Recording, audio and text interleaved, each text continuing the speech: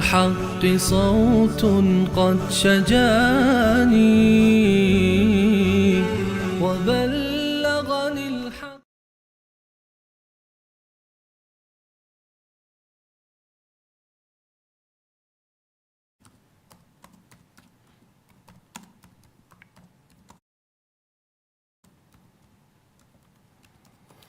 بسم الله الرحمن الرحیم. الحمد لله رب العالمین و صلاة و السلام علی سید الانبیاء والمرسلین حبیبنا محمد و علی آله و صحبه اجمعین. بینندگان عزیز گرامی، سلام الله علیکم و رحمته و برکاته.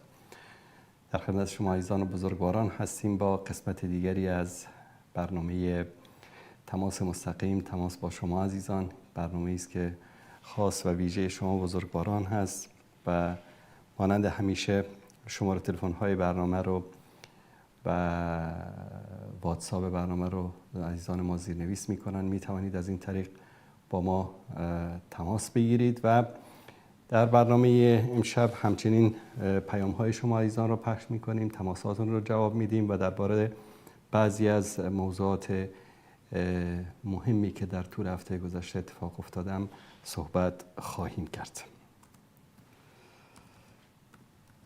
با عرض سلام و ادب دارم خدمت تک تک شما عزیزانی که کامنت کردن و پیام فرستادن.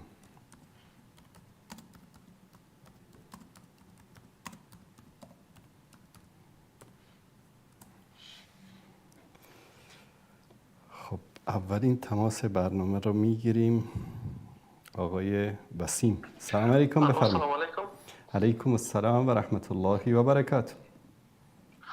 امیدوار هستم خوب باشین استاد انصاری. باز دیر باز لایف آمدین، ایشان وقتا لایف نبودین فکر کنم. بله، ما عادتا در ماه رمضان برنامه زنده آن روی سکه و تماس مستقیم متوقف هست. دیگه بعد از رمضان در خدمت شما هستیم تا رمضان آینده اگر زنده بودیم انشاءالله. انشاءالله تعالی. استاد من یک سوال درباره احرف و قرائت داشتم، یا حروف و قرائت قرآن که است. من این بار کم تحقیق کردم و این کفار که هستن و ملحدین هر چیز سوال کشیدن میرن سوال پیدا میکنن، خب بالاخره دو بار تحقیق میکنیم ایمان آدم بیشتر دیگه زیاد میشه وقتی که حقیقت پیدا میکنن. و دیگه یک سوال که در موقع تحقیقاتی که پیش آمدی بود که خودمی قرائت که ما داریم، یکی قرائت متواتر داریم، یکی قرائت شاذ داریم. بازی قرائت شاذ که هست استاد محترم میره باز علما میگن که در قرآن گفته شما نمیتونید قرائت بکنید، یعنی تنها در تفسیری که باش استفاده میشه. اما قرائت متواتر و به حساب قرائت قرآن میتونید قرائت بکنیم در نماز. و در این قرائت که هست بازی 7 حرف که هست، فرض مثال مالک یوم الدین و ملک یوم الدین، این دو حرف میشه، درست است؟ بله، اما معنیش یک معنی است. معنیش یک معنی است، بله. اما سوال اینجاست که قسم که در حدیث در صحیح مسلم حدیث است که رسول الله فرموده بودن که قرآن برای 7 حروف نازل شده و اینا لی 7 حروف و 5 حرف دیگه مالک یوم الدین و ملک یوم الدین به قرائت شاذ میاد. اونم اینا یک سوال که بعداً پیدا میشه در اینجایی است استاد که انا نحن نزلنا الذکر و انا له لحافظون. اینا لی خود به 7 حرف که قرآن نازل شده اینا به 7 حرف باید متواتر نمیاد. همه قرائاتی که هست، قرائات سبعه که هست، اینا همه متواتر است، از رسول الله صلی الله علیه و سلم ثابت شده است. نه تو خود 10 قرائت داریم، این 10 قرائت متواتر که بله، هم 7 هم 10 همه اینا، بله همه اینا از پیامبر صلی الله علیه و سلم به روایت های مختلف ثابت شده است. بله دو درست است. اما همین فرض کن من میگم کالینی ملک یوم الدین و مالک یوم الدین دو حرف شد، نه؟ بله. 5 حرف دیگه است در قرائت شاذ یا نه؟ نه، هیچ کدام از اینا در قرائت شاذ نمیاد. یعنی قرائت شاذ به معنی نیست که شاذ به معنی باشه که باطل است یا مشکل دارد یا که ضعیف است. نه، مثلا بساط متواتر نه، صحیح خواست استاد، یعنی بساط متواتر نه. درست، بله. اینا با سوال من اینجاست که یعنی 7 حرف باز من توجه شدیدم گفته غیر از مالک یوم الدین و ملک یوم الدین ملک یوم الدین یا 4-5 حرف دیگه هم بود که گفته کی موجود است، یعنی به ما رسیده اما به این سطح متواتر نرسیده، یعنی افس شده. درست. اما به این سطح نیست، یعنی به این سطح که متواتر است. اینال اینی آیت قرآن که هست که ما قرآن نازل کردیم از روی حفاظت میکنیم، اینال این ما شما چرا خم بکنیم و ما خیرات موندیم که فرض مثال دی دو قرائت متواتری را صدق بتیم یا دی دو حرف متواتر که استاده ده قرائت یا 5 حرف دیگه هم که با قرائت شازه بابا نسیده او رو. برادر عزیز، هیچ کدام از این قرائت هایی که هست در هیچ کدام از اینها معانی کلمات و آیات قرآن کریم تغییر نمیکنه. آنچه که برای ما مهم هست اینکه تغییری در معانی و کلمات قرآن کریم نباشد. بدون شک و یک چیز دیگه هم هست که این از طرف الله تعالی نازل شده. اگر در جای ملک یهودی است یا مالک یهودی است، خب ما مسلمان‌ها خب مهم است که از طرف الله نازل شده. اگر در جای مانا اگه کم تغییر داشته باشه، خب از طرف الله نازل شده. اما اگر که قرائت شاذی وجود داشته باشد که سندش صحیح نباشد یا با رسم الخطی که در زمان عثمان رضی الله تعالی عنه قرآن جمع شد و همه صحابه بر اون اتفاق کردند که این همان مصحفی است که از نبی صلی الله علیه و سلم برای صحابه رسیده و هیچ کس با مخالفت نکرد، اگر با این مخالف باشد نه قرائتش درست است و جایز است و نشر و پخشش در بین مردم. نیو قرائت شازه را به می خاطر علما اجازه نمیدن که در نماز بخوانیم، بخاطر که میگه سند از این وسط متواتر نیست. درست. صحیح یا مست او متواتر نیست. درست. اینا رو خب قرآن میگن که نخوانید. نخوانین به این معنی نیست که قرآن نیست. ببینید گاهی اوقات در جامعه، من یک داستان رو برای شما ذکر بکنم. ما یک دوست عزیزی داشتیم قرائت میخواند در مثلا در نماز مغرب. امام جماعت ما بود در تلویزیون وصال. مثلا در نماز مغرب به روایت قالون میخواند، نماز عشا رو به روایت حفص میخواند. یک روز یک آیه رو اشتباه خواند. یعنی چند نفر از دوستان بعد از نماز گفتن که ما خواستیم که تصحیح بکنیم، اما خندیدن، گفتن فکر کردیم شاید یک قرائتی باشد که شما با اون قرائت میخوانید.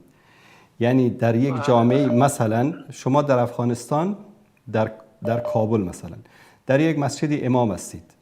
آنچه که امروز در افغانستان، در ایران، در تاجیکستان، کلا در آسیا، هند، پاکستانی مناطق روایت حفص به اصطلاح معمول است. شما بیایید مثلا به روایت ورش بخوانید، به روایت قالون بخوانید. در اینجا یک نوع ارباکی در بین مقتدی‌ها حاصل میشه. شاید بعضی فکر بکنن که اشتباه خواندید، شاید کسی اصلا ملک یوم‌الدین رو در زندگیش نشنیده باشه. به خاطر همین بهتر همین است که در هر منطقه‌ای که انسان زندگی میکند بر اساس روایتی که در همان منطقه به اصطلاح رایج هست تلاوت بکند تا که در بین مردم و در نماز جماعت کدام اشکالی ایجاد نشود. مثلا شما برید اگر روایت حفص رو بروید در سودان بخوانید مثلا، یا بروید در مغرب بخوانید، در الجزایر بخوانید، در شمال آفریقا کلا، غیر مصر که چون در مصر بیشتر روایت حفص معمول هست. با وجود اینکه میدونید که محدثین در مورد روایت حفص از عاصم حرف و حدیث دارن، چون در قضیه حدیث ضعیف است. به خاطر همین روایت های دیگری که وجود دارد مانند ورش و قالون و غیره از روایت حفص صحیح تر است. اما چرا روایت حفص در بین کشورهای اسلامی خاصن در آسیا میانه و آسیای مرکزی و در این مناطق زیادتر رواج شد؟ به خاطر اینکه اولین مصحفی که چاپ شد در وقت عثمانی‌ها به روایت حفص بود و این بیشتر رایج شد در بین مردم. و حساب تجویدی گپ هم آسان‌تر بود، یک سال. بله دقیقاً. گپ دار خود درست استاد محترم، ان شاء الله وقت دیگه شاید سر این باره یک ذره بیشتر گپ بزنیم. موضوعتون گرفتم و سوال در مورد قرائات سعی کنید با کسی که عالم قرائات هست با اون در این مورد صحبت بکنید، شاید معلومات دقیق و بیشتری به شما بتواند بده. بدون شک من نمیخوام از اون کار نمیخوام در بسیار جزئیات به خاطر که یک دوست یک شیخ بسیار خوب که وزارت گفتی قرائت هم یک علم بسیار عظیم است که بله دقیقاً 20 سال درباره از این معلومات کنی باز هم هنوزم کم است. یعنی قرآن که اصلا یک دریای علم است از هر لحاظ. و دیگه ای که یک چیز میخوایم به دوستان بگیم که از اینجا کم سوال پیدا نشه. خب ما بخاطر که در کشورهای اروپایی یا زندگی میکنیم باز دی ملحدین نتیجه کسی یک ذره لایق‌تر از ملحدین درست به سواد ما شما کردن مثل که یکیش مکاوش است.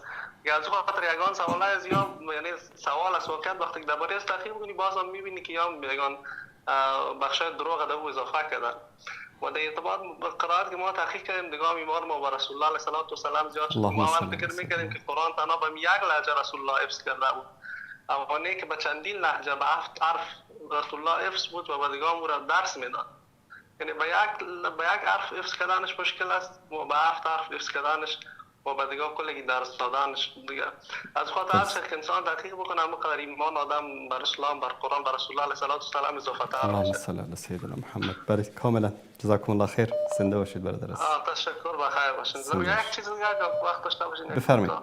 بفرمایید. ساعت جرمنی که هستم وقت جرمنی زندگی میکنم ساعت تاخیر کرده شما در لایف گفتید 4 بجه 5 بجه شروع میشه در دیگه وقت اگه باز تغییر دادین ان شاء الله متاسفانه کارگردان ما همیشه این مشکل رو داره. چشمی رو میگیم که حتما تعدیل کنیم. درست زنده باشید سلامت باشید. تشکر از شما دوستان عزیز. از این به بعد در مورد ساعت تایم اروپا دقت بکنن. تشکر. السلام علیکم بفرمایید. سلام علیکم. علیکم السلام و رحمت الله. استاد انصاری؟ بله بفرمایید. استاد انصاری واقعا خیلی خوشحالم که باز تماس گرفتم. استاد عزیز در مورد درآمد از یوتیوب اگه میشه اطلاع بدید در مورد درآمد از یوتیوب با محتوای اسلامی من خودم از اهل افغانستان هستم و خب چون شرایط کاری اونجا خرابه میتونم یه موقعی که به بند خوردم از درآمد یوتیوب استفاده بکنم؟ باشه در این مورد قبلا گرچه صحبت کرده بودیم اما بازم صحبت میکنیم در این مورد. بس شما دارم. استاد یک سوال دیگه هم دارم ببخشید. بفرمایید. سر کارم بعداً فرصت نشه.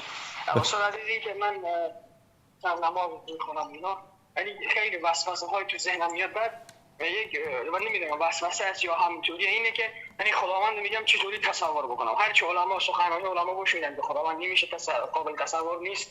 بعد من یک تصوری داشتم خودم یک مدت این که وقتی میگفتم یا رحمان اون مهربانیت رو تو تصور میکردم یعنی تصور این که یعنی حد و اندازه نداره. آیا این تصور من درست بوده؟ این که الله سبحانه و تعالی حد و اندازه نداره یعنی از تصور ما درست. بله باشه چشم در این موردم صحبت میکنم. دست شما در نکنه استاد عزیز. زنده باشید. خدا نگهدارش. دوستان عزیز کسانی که در یوتیوب کلیپ میگذارن یا کانال یوتیوب درست میکنن و از طریق اون درآمد دارن قول علما بر این است که علمای معاصر که عموم علما به این نظر هستن که اشکالی ندارد و از جمله مکاسب مباح است. منتها این رو باید ما خیلی دقت بکنیم چون شما کسانی که با یوتیوب سر کار دارن و با تنظیمات یوتیوب با استودیو یوتیوب یا داشبورد یوتیوب کار کردن میدونن که شما وقتی که میرید در اونجا کلیپاتون رو نشر میکنید یا وقتی که کانالتون رو تأسیس میکنید در اونجا به شما میگه که شما در چه زمینه فعالیت میکنید. شما اگر مثلا در اونجا انتخاب بکنید بعضیا میان همه چیز رو انتخاب میکنن یعنی فیلم، سینما، نمیدونم لوازم آرایش به خاطر فکر میکنن که اینا رو انتخاب بکنیم چی میشه؟ کلیپ های ما در مجتمعات مختلف نشر میشه. انتخاب این گزینه ها خیلی مهم هست. این که شما مثلا برنامه‌های فرهنگی دارید، برنامه‌های دینی دارید، برنامه‌های ادبی دارید، برنامه‌های اجتماعی دارید. هر برنامه‌ای که دارید اصلا در قدم اول این که انسان وقتی که میخواد کانال بزنه در یوتیوب اگر برنامه‌های مفید اجتماعی باشه، علمی باشه، اسلامی باشه اشکال نداره. اما اینکه بخواد مثلا برنامه‌ای باشه که مضر برای جامعه باشه، برنامه‌ای که ضد دین باشه، برنامه‌ای که غیر اخلاقی باشه مثل بعضی که میان مثلا متاسفانه بعضی از حتی خانم‌ها میان به بهانه مثلا آشپزی یا معرفی لباس یا غیره مثلا قسمت‌هایی از بدنشون رو نشون میدن یا با آرایش غلیظ میان جلوی دوربین. اینا که در حرام بودنش هیچ شک و شبهه‌ای نیست. این نکته اول. بعد در تنظیمات شما میتونید انتخاب بکنید چه گرایش‌هایی دارید، در چه زمینه‌های فعالیت میکنید و اعلاناتی رو که چون که درآمد در یوتیوب بیشتر از طریق اعلاناتی است که بر روی برنامه‌های شما یا کلیپ‌های شما گذاشته میشه.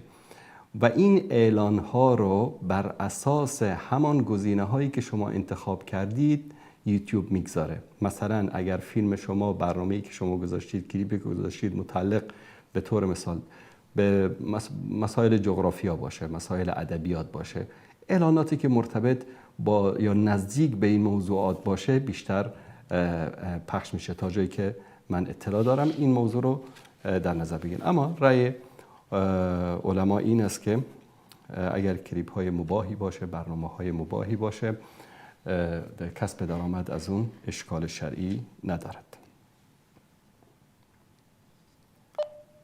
بیننده عزیز سلام علیکم، بفرمایید. سلام علیکم جناب استاد بزرگوار انصاری، خسته نباشید. سلامت باشید برادر عزیز. جناب آقای استاد انصاری، بنده از سن 15 سالگی برنامه‌های شما رو پیگیر هستم. ماشاءالله. واقعا جناب استاد بزرگواری مثل شما در این کره زمین خیلی کم پیدا میشه، انسان عاقل و فهمیده مثل شما. اتفاقا هستند دوستان و علما و دعوتگران زیادی که در این زمینه فعالیت میکنن. الله سبحانه و تعالی از همه ما قبول بکنه. سوال من این است که جناب آقای استاد انصاری، چرا خلفای راشدین و خلافت بنی امیه که در هیچ جنگی شکست نخوردن، مثلا در جنگ با بیزانس شرقی یا اروپای غربی و ایران، اینا همه رو شکست دادن، ولی وقتی اینا به سمت آسیای مرکزی یا منطقه قفقاز حرکت کردن، مثلا از ترک های آسیای میانه و یا از آبان های خزرستان در منطقه قفقاز، اینا پی در پی شکست می‌خوردن. اگه بشه همین سوال منو جواب بدین خیلی متشکرم. باشه چشم، در این مورد جواب میدم ان شاء الله. دست شما درد نکنه. خداحافظ استاد. زنده باشید، سلامت باشید، خدا نگهدار شما. در مورد اینکه چرا در بعضی از مناطق در اواخر خلافت بنی امیه میتونیم بگیم در قرن دوم مثلا یا در اواخر قرن اول، چرا در بعضی از مناطق دور افتاده مثلا در آسیای میانه و قفقاز، در بعضی از مناطق، حتی مثلا در افغانستان، اطلاع دارید که در افغانستان تقریبا 3 بار در زمان عثمان رضی الله تعالی عنه و بعد از اون در زمان بنی امیه 2-3 بار لشکرهایی رفتن و شکست خوردن، حتی 1 بار کابل رو گرفتن، بعد دوباره کابل سقوط کرد.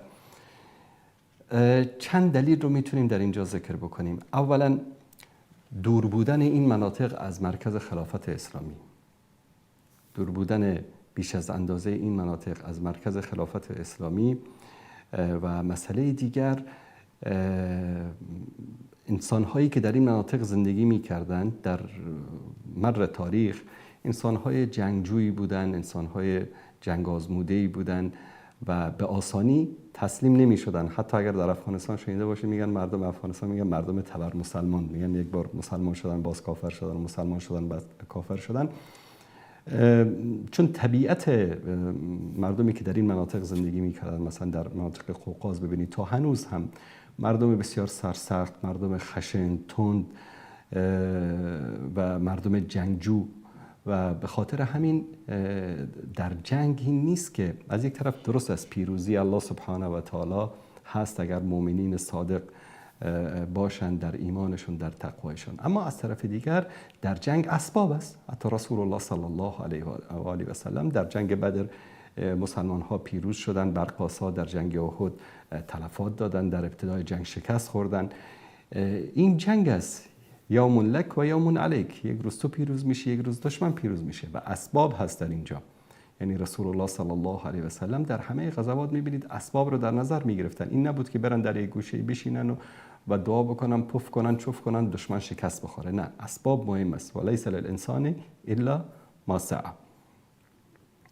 دلیل دیگری که به نظر من میشه در این مورد ارائه کرد این است که هرچه که حکومت‌ها از دوران رسول الله صلی الله علیه و سلم و از دوران خلفای راشدین دورتر می شدن، به همون اندازه تقوا و پرهیزگاری و صداقت و اینها کمرنگتر می شد در بینشون و این یکی از اسباب شکست است. یعنی وجود یک صحابی در یک لشکر مثلا 20-30 هزار نفری یک قوت قلبی بود، یک برکتی بود، یک تأثیر معنوی داشت در چیز. منتها بعد از دوران صحابه و تابعین این مسئله کمرنگتر شد و در بعضی از جنگ ها هم خشونت ها، برخورد های غیر اسلامی وجود داره، با وجود اینکه در رسول الله صلی الله علیه و سلم در زمان خودشون همیشه وقتی که می‌خواستن مجاهدین رو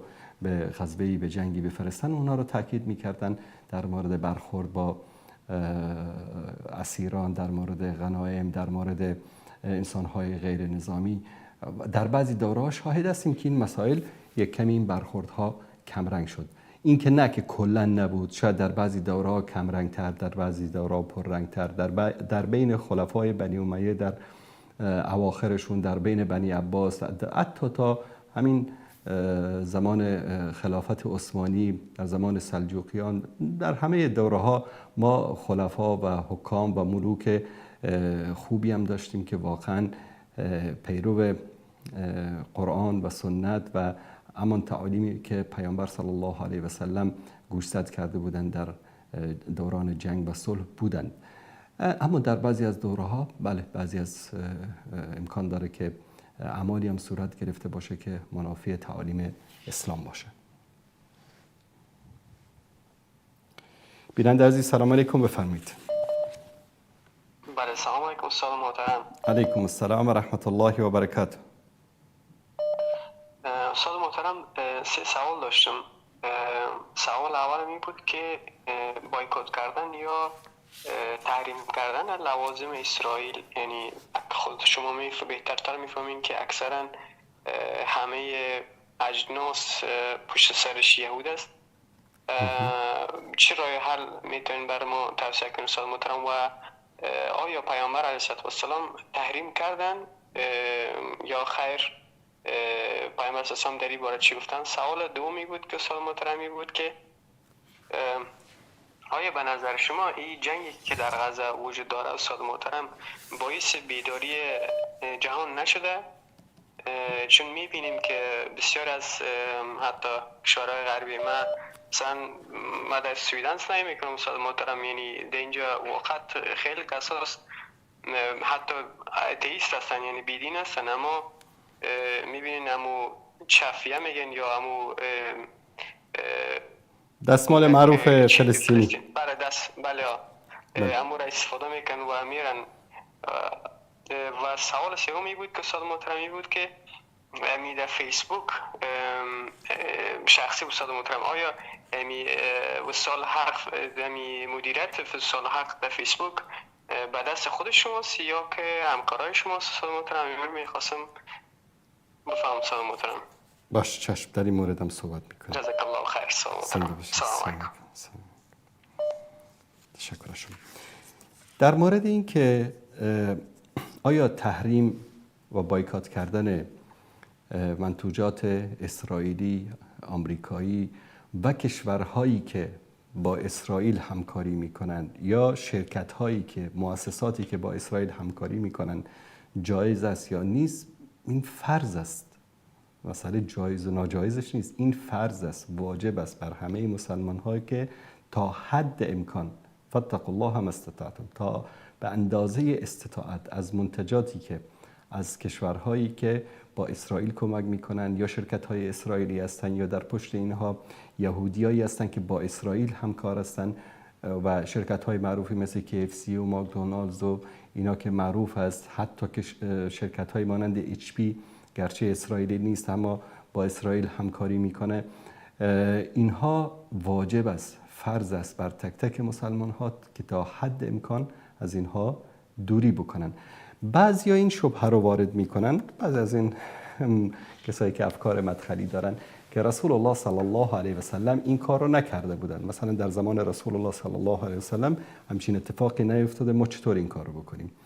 این منشه این فکر یکی همون ولی امر پرستی آنهاست، دیگر هم حماقت و جهالت به امور دین.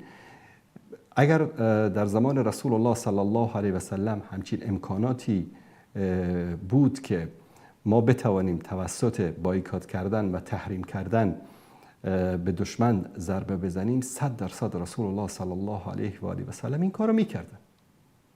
شاید بعضی بگن در زمان خلفای راشدین، در زمان بنی امیه، بنی عباس، در مثلا تا 1300 سال همچین اتفاقی در جهان اسلام نیفتاده. خیلی ساده است، چون در اون موقع جهان اسلام به جهان غرب محتاج نبودن، بلکه اونها محتاج بودن به ما. اونها به دانشگاه‌های ما محتاج بودن، به علمای ما محتاج بودن، به تکنولوژی که در دست مسلمان‌ها بود محتاج بودن. ما به اونها محتاج نبودیم. امروز قضیه شده برعکس. امروز مسلمان‌ها به اونها محتاج هستند و اونها همیشه سعی می‌کنن که با در زیر سیطره قرار دادن اوضاع اقتصادی و صنعتی در کشورهای اسلامی توسط شرکت‌ها و کارخانه‌های غربی حتی جلوی پیشرفت و انکشاف و ترقی مسلمان‌ها را بگیرن. به خاطر همین امروز تحریم و بایکات کردن شرکت‌هایی که با دشمنان اسلام همکاری می‌کنن بر همه مسلمان‌ها واجب است تا حد امکان. به طور مثال یک کسی یک بیماری داره، علاجش دارویی است که ساخت اسرائیل است، ساخت آمریکاست. اگر اینو استفاده نکنه میمیره. در این صورت بلکه واجب است که استفاده بکنه، چون نجات دادن حیات یک انسان مهمتر از همه چیز است. اما بعضی چیزایی هست، به طور مثال مثال بیارم، در بعضی از کشورها، مثلا در ترکیه، در بعضی از مالزیا، در بعضی کشورها ماکدونالدز و KFC و استاربکس و اینها را مردم تحریم کردن. شما شاید اطلاع داشته باشید که KFC همه شعبه هایی که در ترکیه داشت رو بست. یعنی در تقریبا پیش از ماه رمضان حدود 300 و چند شعبه‌ای که داشت در اینجا بسته شد.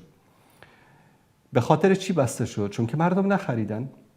استاربکس تحریم شد به خاطر همین شرکت‌های ملی که وجود داشت، اونها اومدن جای استاربکس رو پر کردن، چون با پرروحی و وقاحت تمام اونها اعلان کردن که ما در کنار جنایتکاران اسرائیلی ایستاده ایم و این کمترین کاری است که ما مسلمان‌ها میتوانیم انجام بدیم. چون همان غذایی که یک برس غذایی که شما میرید از KFC میگیرید و میخورید، یک مقدار از اون سودی که شما به این شرکت میرسانید، این 1% از این سود میره به جیب کی؟ به جیب ارتش اسرائیل. با این پول سلاح آماده میکنن یا میخرن، با این پول گلوله درست میکنن، بعد از اون خانه ها و افراد مسلمانی که در فلسطین برادران و خواهران مسلمان ما رو در اونجا میکشن. پس ما عملاً داریم همکاری میکنیم و یک اصلی هست در قرآن کریم که ولا تعاونوا علی الاثم والعدوان، در گناه و در دشمنی بر علیه مسلمان ها شما همکاری نکنید. آیا جنگ غزه سبب بیداری؟ من در یک از برنامه مفصل در این مورد صحبت کردم. یقینا که جنگ در غزه خیلی از شعارهای توخالی حقوق بشر و آزادی بیان و این مسائلی که وجود داشت رو برملا کرد و حتی خود غربی‌ها شناختن که حکومت‌هایشان، پارلمان‌هایشان، سیاست‌هایی که در اروپا و آمریکا بوده و سالها به مردم شعارهای دروغین دادن، همه اینها پوچ و توخالی بوده و هیچ ارزش معنوی نداشته. چون دیدیم که همه این شعارها و همه این ارزش‌هایی که اینا سالها داد و بیداد را انداخته بودن، گوش جهانیان را کر کرده بودن، وقتی که قضیه فلسطین به میان آمد همه اینها در اینجا شکست و خرد شد و از بین رفت. به خاطر همین قضیه غزه، بعضی میگن که خب چه امروز 10,000 نفر کشته شدن، غزه کاملا ویران شد، نتیجه چی بود؟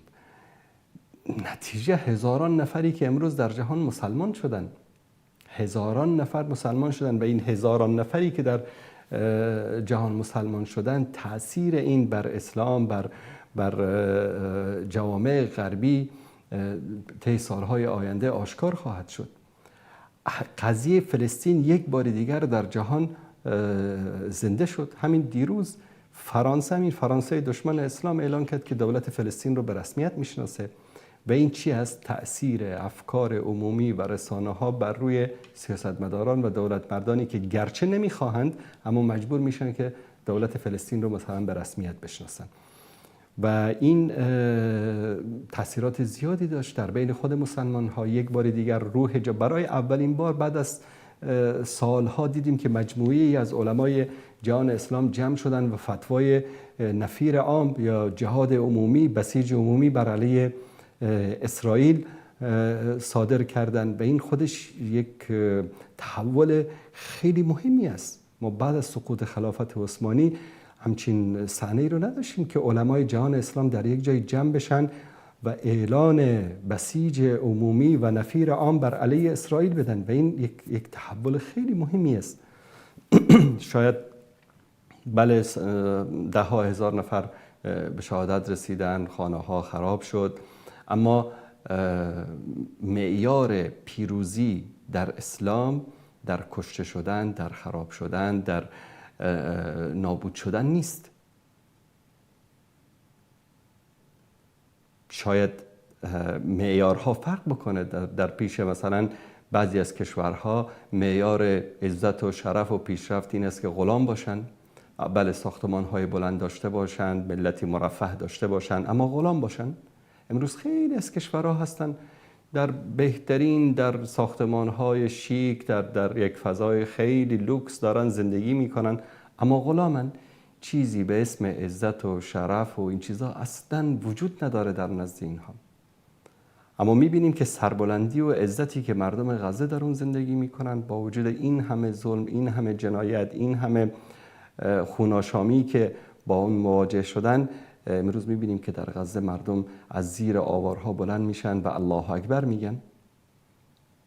این عزت و شرف و مجد و عظمت مفت به دست نمیاد. در مقابلش خرابی هست، در مقابلش زخمی شدن هست، زندان رفتن هست، کشته شدن هست و کسانی که به دنبال مجد و عظمت هستن این چیزها رو باید تحمل بکنن. سوال دیگرشون که آیا صفحات اجتماعی وصال حق در دست ما هست؟ نه. بعد از سال 2018 به بعد ما هیچ گونه ارتباطی با وصال حق نداریم و برنامه هایی که اجرا میشه، اشخاصی که حتی برنامه اجرا میکنن در صفحات اجتماعی وصال حق، همه اینا مورد تایید ما نیستن. اخباری که پخش میشه، تصاویری که پخش میشه، بارها من اعتراض کردم به دوستانی که این صفحات در دستشون هست، حتی تصاویری که مخالف سیاست‌های شرعی وصال حق بود پخش میشه، مطالبی که حالا برای ارضای بعضی از حکومت‌ها یا اشخاص یا مؤسسات در اونجا نشر میشه، هیچ کدوم اینها مورد قبول و تایید ما نیست و هیچ گونه ارتباطی هم نداریم و هیچ گونه سلطه‌ای هم بر وصال حق نداریم. متاسفانه همونطوری که بارها گفتم وصال حق توسط تعدادی از دوستان به اصطلاح غصب شد و بلایی که به سر وصال حق آوردن که من بارها بهشون گفتم ای کاش وصال حق همونطوری که در ماهواره بسته شده بود کلا بسته میشد و همون مجد، همون عظمت، همون حقگویی و همون صداقتی که وصال حق داشت در ذهن و خاطره مردم همان گونه میماند.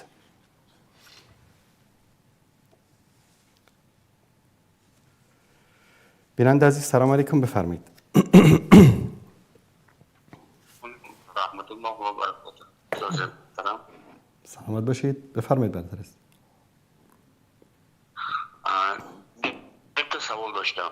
سوال یکم، آیا ظهور امام مهدی یکی از نشانه های بزرگ قیامت دلیل قرآنی حدیثی دارد یا نه؟ درست. سوال همین بود که نام پرویز شنیدم که یک علما گفتن که نامت را علیش کن، اما نگفتن که به دلیل یک سبب که پرویز نامش را علیش بوده است. همون دلیل باید نه. دلیلش چی گفته است؟ دلیل نگفتن، هم تو گفتن نامت را باید علیش کنی. نه، نام پرویز یک نام فارسی است، اشکال شرعی هم ندارد و شاید به دلیل اینکه مثلا خسرو پرویز آخرین کسرا بود و یک پادشاهان فارس بود نام او است، اما این به این معنی نیست که این نام ناجایز باشد. بالعکس نام پرویز یعنی نام زشتی نیست.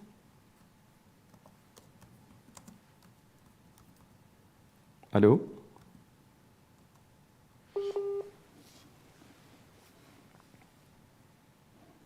بیننده عزیز، بزرگ قیامت گفتیم درست است؟ بله. نشانه های بزرگ قیامت. بله، ظهور امام مهدی محمد ابن عبدالله که از اهل بیت رسول الله صلی الله علیه وسلم و از فرزندان حسن ابن علی ابن ابی طالب و فاطمه زهرا می باشد، این یکی از علامات بزرگ قیامت است.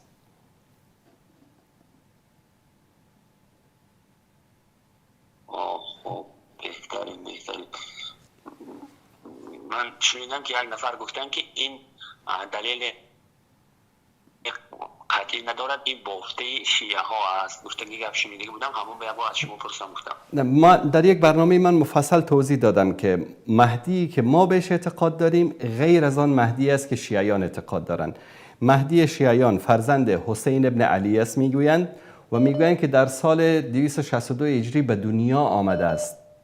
متوجه شدید؟ بعد از اون در کودکی در 5 سالگی غیبت رفته است و تا هنوزم زنده هست و در ابرها زندگی می کند و در امور مردم مداخله می کند و از خودش نایب‌هایی دارد، مشاورینی دارد، کسانی دارد که پیام‌های او را برای مردم می‌رسانند و احوال مردم را به او گزارش میدند.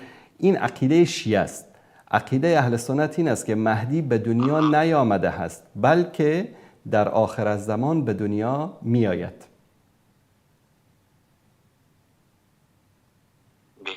بهترین. خدا جزای خیر براتون دیار. سلامت باشید برادر. زنده باشید. تشکر از شما. خب. سلامون الله باشید. سلامت باشید. به بعضی از پیام هایی که عزیزان ما فرستادن گوش میدیم و اگر سوالی داشته باشن هم پاسخ خواهیم داد. سلام علیکم. علیکم السلام و رحمت الله و برکاته. بنده از آذربایجان غربی تماس میگیرم خدمتتون ایران. اولا خیلی از برادران عزیز ممنون و متشکرم، از آقای انصاری عزیز، از برادرمون احمد پشت صحنه و از دیگر برادرانمون توی شبکه مانند آقای هاشمی، آقای کیانی، آقای خدمتی و آقای حیدری. ما از این مجاهدان واقعا تشکر میکنیم. انشالله به حول و قوه الهی همیشه موفق و مؤید و پیروز باشن. ما براتون دعا میکنیم، چیزی که از دستمون برمیاد همین دعا کردن هست و انشالله که همیشه در کارتون موفق باشید. انشالله که خدا شما را از شر شیطان و بلای نالان بدور نگه داره. آمین. شماها مایه افتخار ما هستید، مایه عزت اهل سنت هستید. ما واقعا افتخار میکنیم که چنین کسایی داریم که در راه تبلیغ دین مجاهدانه و البته که مجاهد هستیم و بوده و انشالله میمانید. و در آخر بنده عرض کنم خدمتون از شیعیان عزیز که برادران ما هستند دعوت میکنم که به قرآن کریم سوره سبا آیت 22 الی 28 مراجعه فرماییم و بالاخره در اونجا تعقل کنن. چیز زیادی نمیخوام، انشالله که این درخواست برادر کوچیکشون بالاخره جامعه عمل بپوشونن. بازم متشکرم، ممنونم ازتون. امیدوارم در سایه ایزد منان همیشه موفق باشید. برای ما دعا بکنید که ما هم عاقبت به خیر باشیم. متشکر، قربان شما، خدا حافظ شما. الله متعالی و نگهدار شما برادر عزیز. تشکر میکنم از این برادر بزرگوارمون. پیام ایشون در مورد قرآن کریم، بله یکی از بهترین راه هدایت قرآن کریم است. ما در همین اول قرآن کریم بعد از سوره حمد در صفحه دوم اولین آیاتی که از سوره بقره ما میخوانیم که در مورد قرآن کریم میگه هدن للمتقین الف لام میم ذلک الکتاب لا ریب فیه هدی للمتقین. این کتاب هدایت است برای متقیان. انسانی که انسان خوب باشه، انسان متقی باشه، انسانی که در پی هدایت باشه، بهترین هدایت قرآن کریم است. آیاتی رو که ایشون اشاره کردن یک مرور میکنیم. دوستان عزیز، این سوره سبع هست، آیات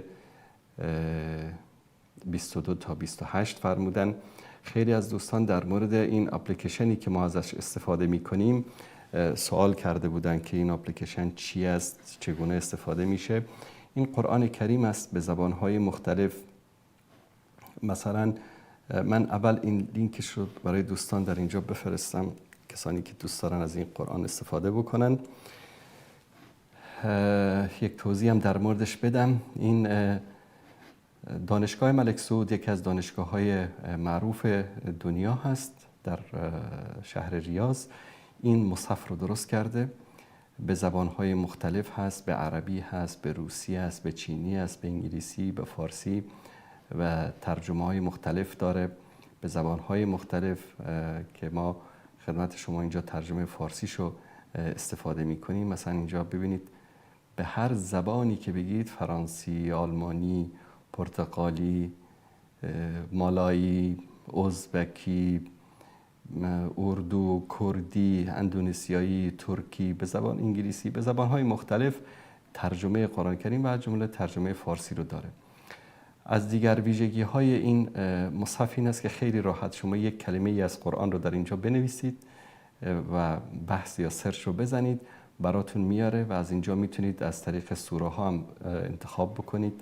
هر سوره‌ای رو که دوست دارید، هر آیه‌ای رو که دوست دارید میتونید از اینجا انتخاب بکنید و هر صفحه‌ای رو که دوست دارید میتونید از اینجا انتخاب بکنید. ویژگی‌های منحصر به فردی داره و همین آیه‌ای رو که میخواید هم میتونید که با صدای هر قاری که دوست دارید، قاری‌های مختلف اینجا هست، میتونید ببینید حسری هست، علی جابر هست، منشاوی، سعد الغامدی، شاطری، عبدالباسط، هر قاری که دوست دارید رو با صدای اون قاری شما قرآن رو بشنوید. فقط کافی است که اینجا کلیک بکنید. قل ادعوا الذين زعمتم من دون الله. بله، همون رو براتون میخونه. خب میایم الان رو آیه‌ای که دوست عزیزمون برای ما تذکر دادن که این رو یک بار مرور کنیم. در اینجا الله سبحانه و تعالی میفرماید قل ادعوا الذین زعمتم من دون الله. ای پیامبر بگو کسانی را که غیر از خدا معبود خود میپندارند، غیر از خدا اونها رو یاد میکنند، غیر از خدا از اونها طلب میکنند، لا یملکون مثقال ذره فی السماوات ولا فی الارض. اینها مالک مثقال ذره‌ای در آسمان ها و زمین نیستند.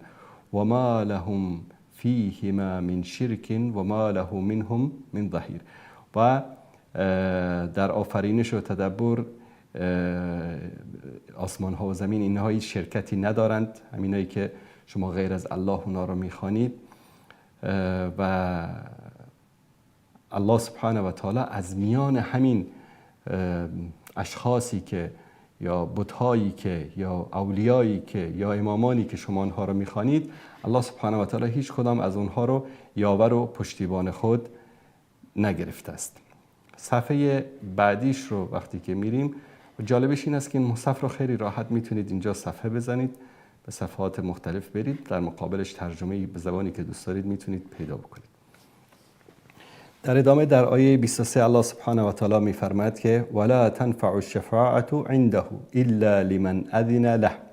و شفاعت در نزد الله سبحانه و تعالی هیچ فایده ای ندارد مگر برای کسی که الله سبحانه و تعالی اجازه داده باشد، اجازه شفاعت کردن داده باشد برای او.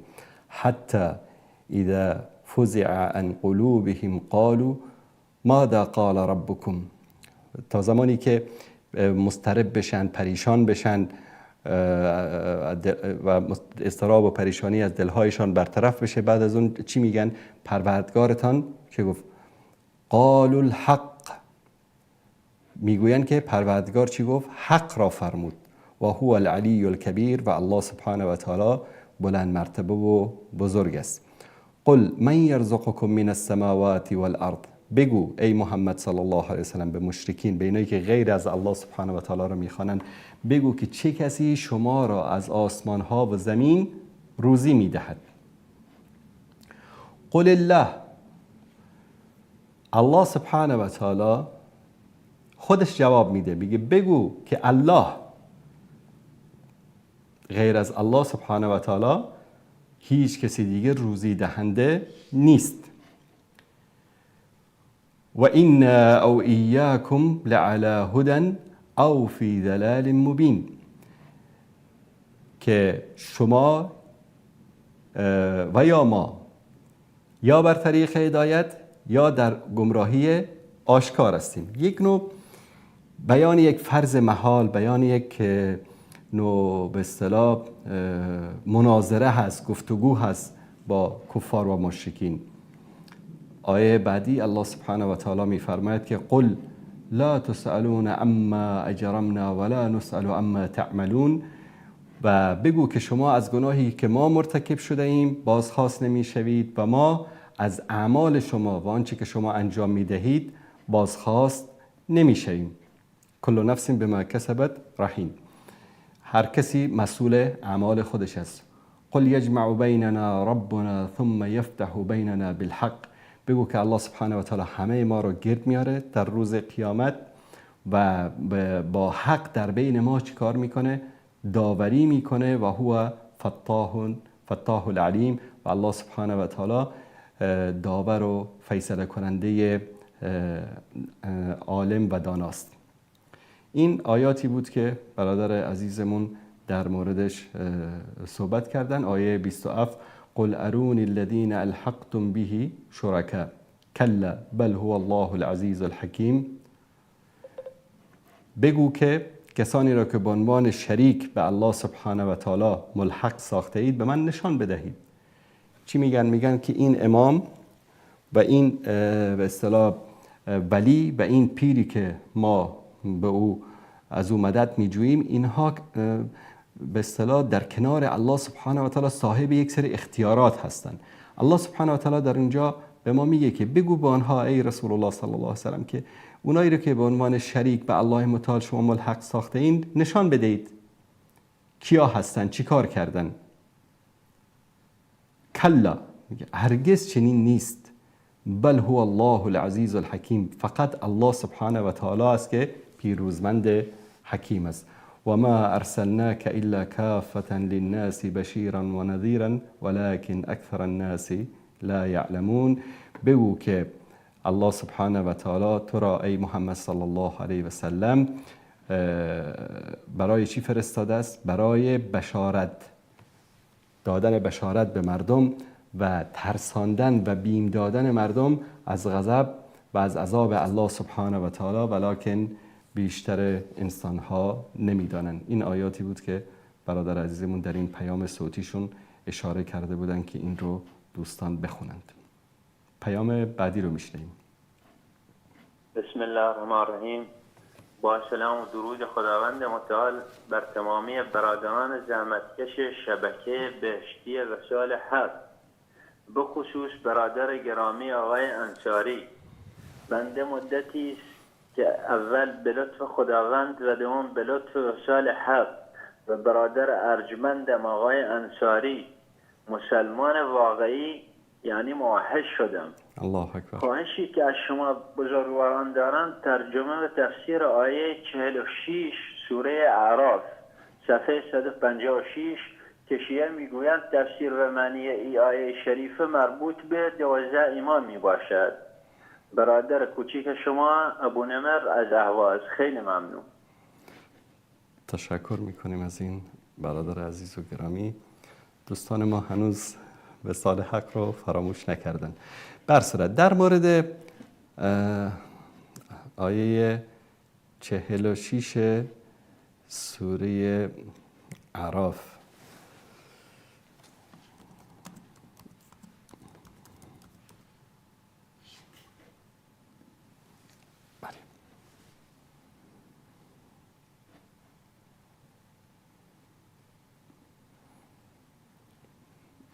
این رو برای شما عزیزان بیارم.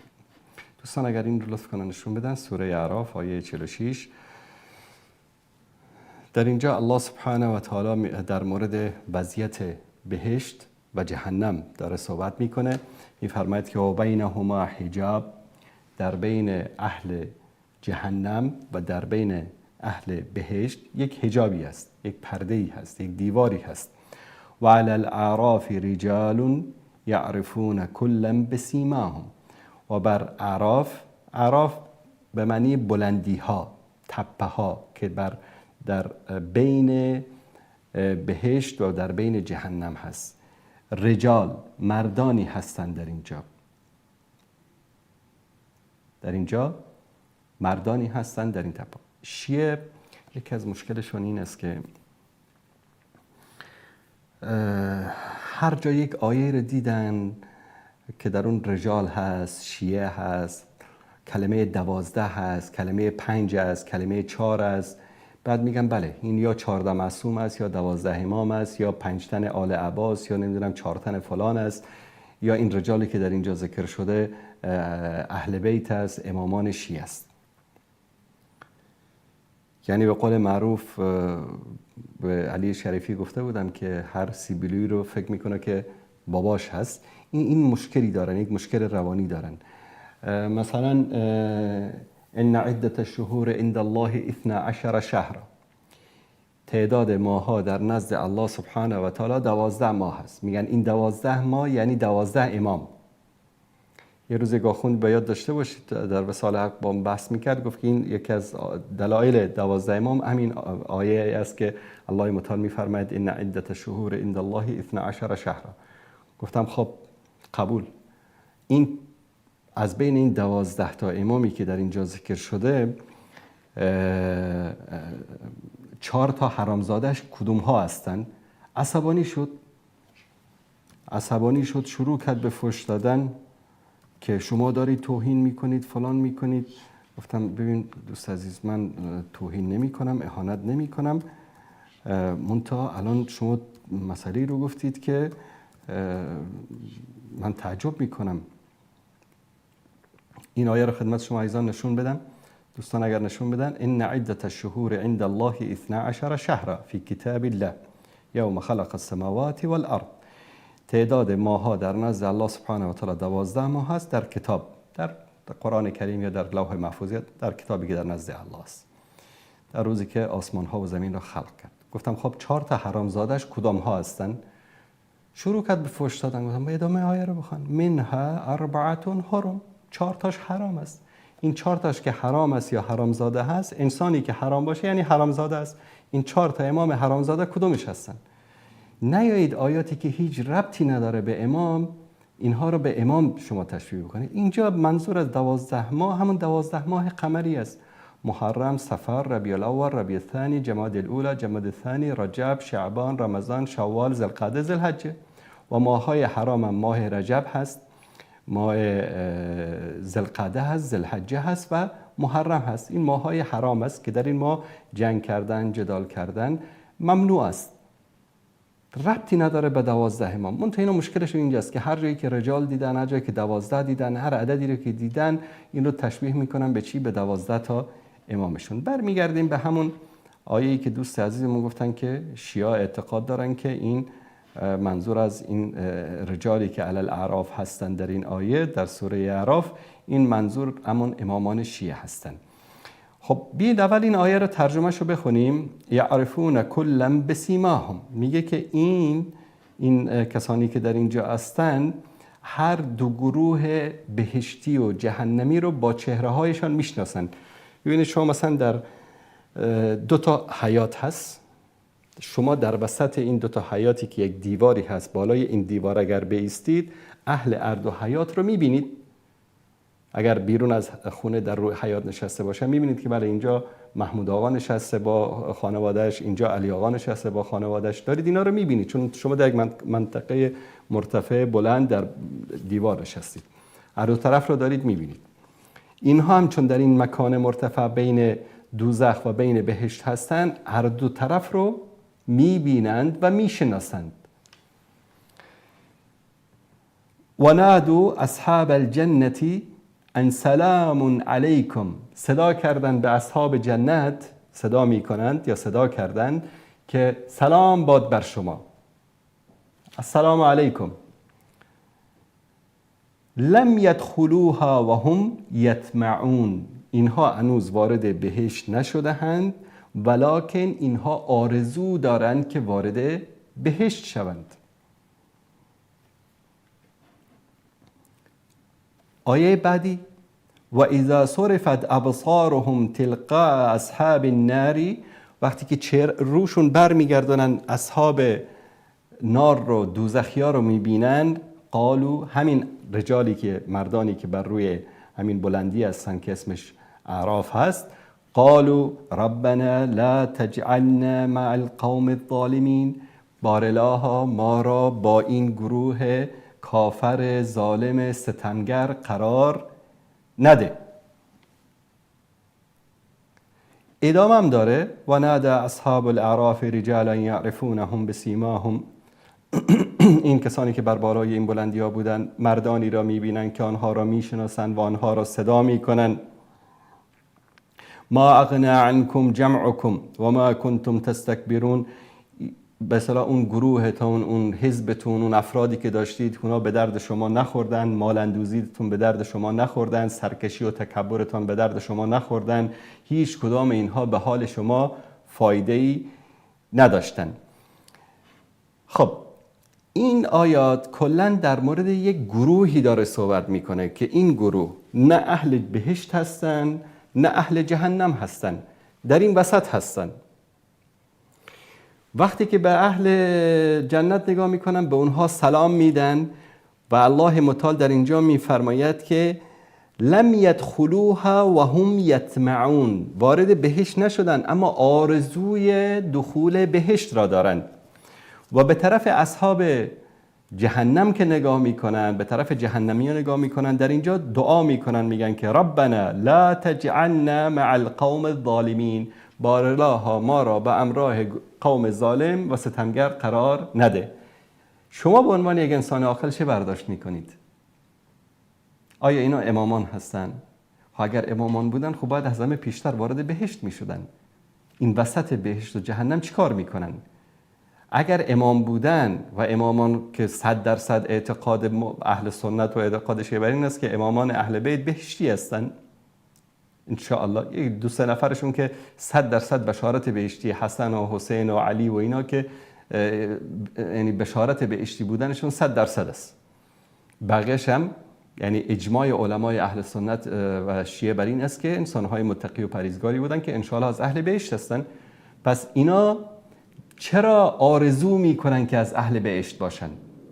پس مشکلی دارن، یک مشکلی دارن که اینا رو در اینجا نگه داشته، اینها نمیتونن وارد بهشت بشن. بعد به طرف اهل جهنم که نگاه میکنن دعا میکنن بارالها لا تجعلنا مع القوم الظالمین، ما رو با این جهنمی ها یک جا نکن. پس حتما مشکلی دارن چون امکان داره که وارد جهنم بشن. پس اینا کی هستن؟ علمای اهل سنت، علمای عاقل، علمای مسلمان بنابر احادیثی که از پیامبر صلی الله علیه وسلم ثابت شده و روایاتی که از رسول اکرم صلی الله علیه وسلم و از صحابه که از پیامبر صلی الله علیه و آله وسلم تفسیر این آیات رو شنیدن ثابت شده، این است که تعدادی از انسان‌ها هستن که موقعی که میزان میشه، موقعی که وزن میشه اعمالشون، گناهانشون و خوبی‌هاشون برابر میشه. مثل بازی فوتبال دیدید گاهی اوقات 2-2 3-3 4-4 گلا برابر میشه، چیکار میکنن؟ میرن برای چی؟ پنالتی زدن. اینجا اینها اعمال نیکشان و اعمال بدشان برابر بوده. اینها نه بهشتی شدن نه جهنمی شدن. پس الله سبحانه و تعالی اینها رو در این وسط نگرشون میداره، نه وارد بهشت میشن نه وارد جهنم میشن. هم این طرف عذاب رو دارن میبینن، هم این طرف نعمتها رو دارن میبینن. و اکثر علمای اهل سنت بر این اعتقاد هستن که اینا در نهایت همه اینها چی میشن؟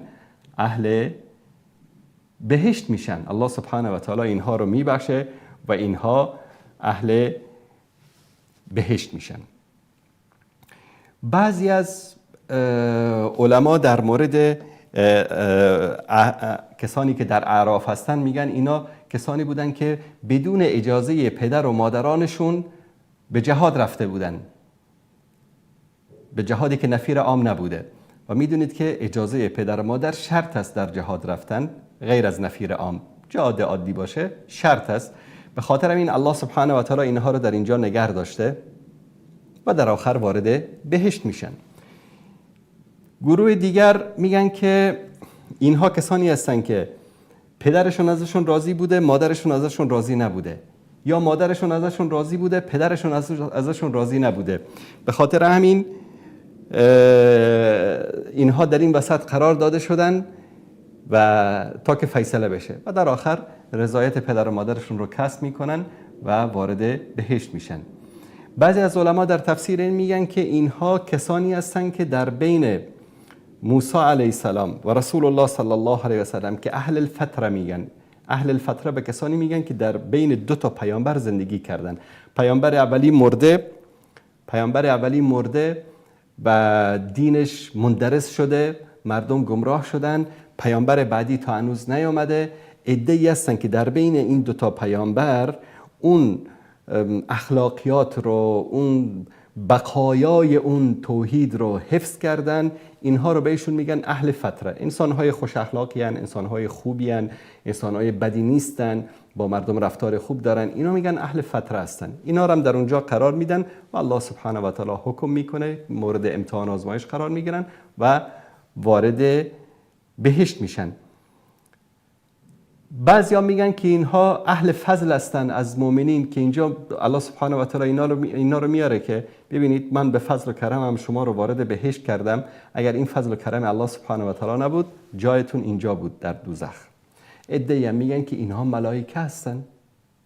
عده‌ای هم میگن که بعضی از مفسرین اینا میگن که اینا از بنی آدم نیستن، اینها از ملائکه هستن. اما صحیح ترین قولی که اجماع تقریبا در بین علما وجود دارد بر این است که اینها همونایی هستن که گناهانشون و ثوابهایشون، پاداششون برابر شده و در اینجا منتظر امر الهی هستن که الله سبحانه و تعالی اینها رو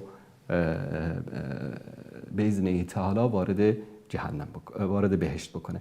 پس ببینید که اینها چطور از آیات قرآنی با تفاسیر عجق و عجقشون سوء استفاده میکنن. مثل یکیشون تفسیرشو میخوندم، باور کنید که بلند خندیدم، یعنی از تفاسیر عجق و عجق اینا. میگه که مرج البحرین یلتقیان، علی و فاطمه با هم دیگه هم بستر شدن. بعد از اون میگه یخرج منهما اللؤلؤ والمرجان، از اونها لؤلؤ و مرجان خارج شد، لؤلؤ حسن، مرجان حسین. آیه در مورد بحر داره صحبت میکنه، در مورد دریا داره صحبت میکنه، در مورد سنگ‌های لؤلؤ و مرجان داره صحبت میکنه. این در مورد به اصطلاح امامان این رو بردن با اونها چسباندن و از این تفاسیر عجق و عجق اینا زیاد دارن در تفاسیرشون. الله متعال هدایتشون بده. پیام بعدی رو میشنویم. سلام علیکم. محمد هستم از ایران. خدمت شما راستگویان و پیروان راستین دین مبین اسلام که اندیشه درست زیستن را با کلام الله و با سنت رسول به تصویر و مبکشیدن حقیقت‌های این زمان که به راستی نمی‌توان خوبی را بد دانست و بدی را خوب، که هرگز این دو با هم یک جا جمع نمی‌شوند و خداوند یکتا دین پاکش را سرانجام به تحقق می‌رساند، چه بسا به عده‌ای خوش نیاید. زیرا که خداوند سبحان قادر و متعال قادر است و توانمند که در هر آن بخواهد انسانها را به اراده استوار هدایت نماید، میگوید باشه میشود، یعنی همان کن و یکون. و با قدردانی بی پایان از مجاهدت شما که در راه توحیدی به ما یاری میرسانید که در این دوران پر از شرک و خرافات فریب عده‌ای دروغگو و جاهطلب و دنیاپرست که غیر از هوای نفسشان از چیز دیگری پیروی نکرده و نمی‌کنند جا نخورید. سپاسگزاریم. این دروغگویان که خود را پیروان علی و آل علی رضی الله عنها می‌دانند که هیچ نسبتی با علی و آل علی رضی الله عنها ندارند، بلکه رفتار و اعمالشان همان خارجی‌هایی هستند که علی و آل علی را به شهادت رساندند و تا به امروز از این دکان نان می‌خورند. علی از قوت جهان لقمه نانی برداشت، قدم خیر که برداشت، بله پنهانی برداشت. حیب الله. السلام علیکم و رحمت الله. علیکم السلام و رحمت الله و برکاته. تشکر میکنم از این برادر عزیز و بزرگوار. شما عزیزانم می توانید از طریق همین شماره واتساپی که تماس میگیرید، همین شماره واتساپی که زیرنویس شده، پیام هایتون رو، دلگفته هایتون رو یک گوشه‌ای بشینید در یک گوشه آرام بدون سر و صدا، حتی سعی کنید بنویسید پیامتون رو، بعد برای ما به شکل صوتی بفرستید. ان شاء الله پیام هایی که مناسب باشه در برنامه‌های آینده پخش خواهیم کرد. بیننده عزیز سلام علیکم، بفرمایید. بله سلام علیکم و رحمت الله و برکاته استاد. علیکم السلام و رحمت الله و برکاته. عاقبت بخیر باشید استاد، خوشحال هستم با شما همکارم هستم. سلامت باشید خواهر گرامی. استاد من از شما فقط میخوام که در مورد این اشخاص مشهوری که بیشترشان الحمدلله در رد شبهات روافض و برملا کردن دروغ‌هایشان موفق بودن، ولی بسیار اصرار دارن حماس را تکفیر کنن، در موردشان بگن که دست نشانده روافض هستن یا دست نشانده یهودها هستن. اگر در مورد اینها یک کم گفتگو کنید واقعا شبهه بزرگی را برطرف میکنید، چون که الحمدلله که من خودم اون توحیدی که از یک بچه فلسطینی 4-5 ساله یاد گرفتم والله العظیم اون را نمیتونستم که از خانوادم یا هر کسی دیگه یاد بگیرم. اگر در مورد این گفتگوی داشته باشید واقعا خوشحال میشم. باشه چشم، حتما انشالله، حتما انشالله، حتما انشالله. عاقبت بخیر باشید استاد. سلامت باشید. تشکر از شما. زنده باشید. الله مطلع فیض کنید. والا این حقیقتا یک مشکلی است امروز. کسانی که امروز دشمن حماس هستن، دشمن مجاهدین فلسطینی هستن، یا صهیونیست های عرب هستن یا صهیونیست های فارس هستن یا صهیونیست های اسرائیل هستن. اینا یک وجه مشترکشان که همه صهیونیستی هستن. شاید هم اسمش مسلمان باشه، اسمش محمد باشه، احمد باشه، محمود باشه، عمر و ابوبکر و عثمان و علی باشه، فرق نمیکنه. کسانی که امروز با حماس و با مجاهدین فلسطینی دشمنی میکنند، اینها صهیونیستی هستند. یعنی انسان‌های صهیونیست هستند که فکر صهیونیستی دارن. در این هیچ شک و شبهه‌ای نباید داشته باشیم. بابا اسلام بذارید کنار، توحید رو بگذارید کنار، عقیده رو بگذارید کنار. انسان باور کنید که امروز اگر شما یک سگی داشته باشید، اگر یک کمی اندوهگین باشید، میاد در کنار شما به یک حالت افسرده و اندوهگین در کنار شما میشینه. اینها از سگم کمتر هستن که امروز با مردم فلسطین، با مجاهدین فلسطین، با مجاهدین قسام، با مجاهدین حماس، کمترینش این است که بابا سکوت بکن. من در زمان اشغال افغانستان توسط آمریکایی‌ها در یکی از برنامه‌ها در وصال گفتم بعضی از علمای ما که امروز در افغانستان هستند، منظورم همون روزها بود، از سگ اصحاب کهف هم بدتر هستند. بعضی ها اعتراض کردن که این چه حرفیه که دارید میزنید، به علما به توهین نکنید، فلان نکنید. بابا جان، الله سبحانه و تعالی در قرآن کریم کافر رو، مشرک رو، ابو جهل رو، ابو لهب رو، دشمنان عتبه و شیبه و ربیعه رو به سگ تشبیه نکرده، اما علما رو به سگ تشبیه کرده، به خر تشبیه کرده. مثلهم کمثل الحمار، مثلهم کمثل الکلب. چرا؟ ببینید، من بعضی چیزای دین، بعضی از امور دین نیاز داره که ما تفکر بکنیم، تدبر بکنیم. الله سبحانه و تعالی ای چرا امر افلا یتدبرون القرآن، هر روز به ما میگن که در روز جمعه باید سوره کهف رو بخوانید که انقدر ثواب داره.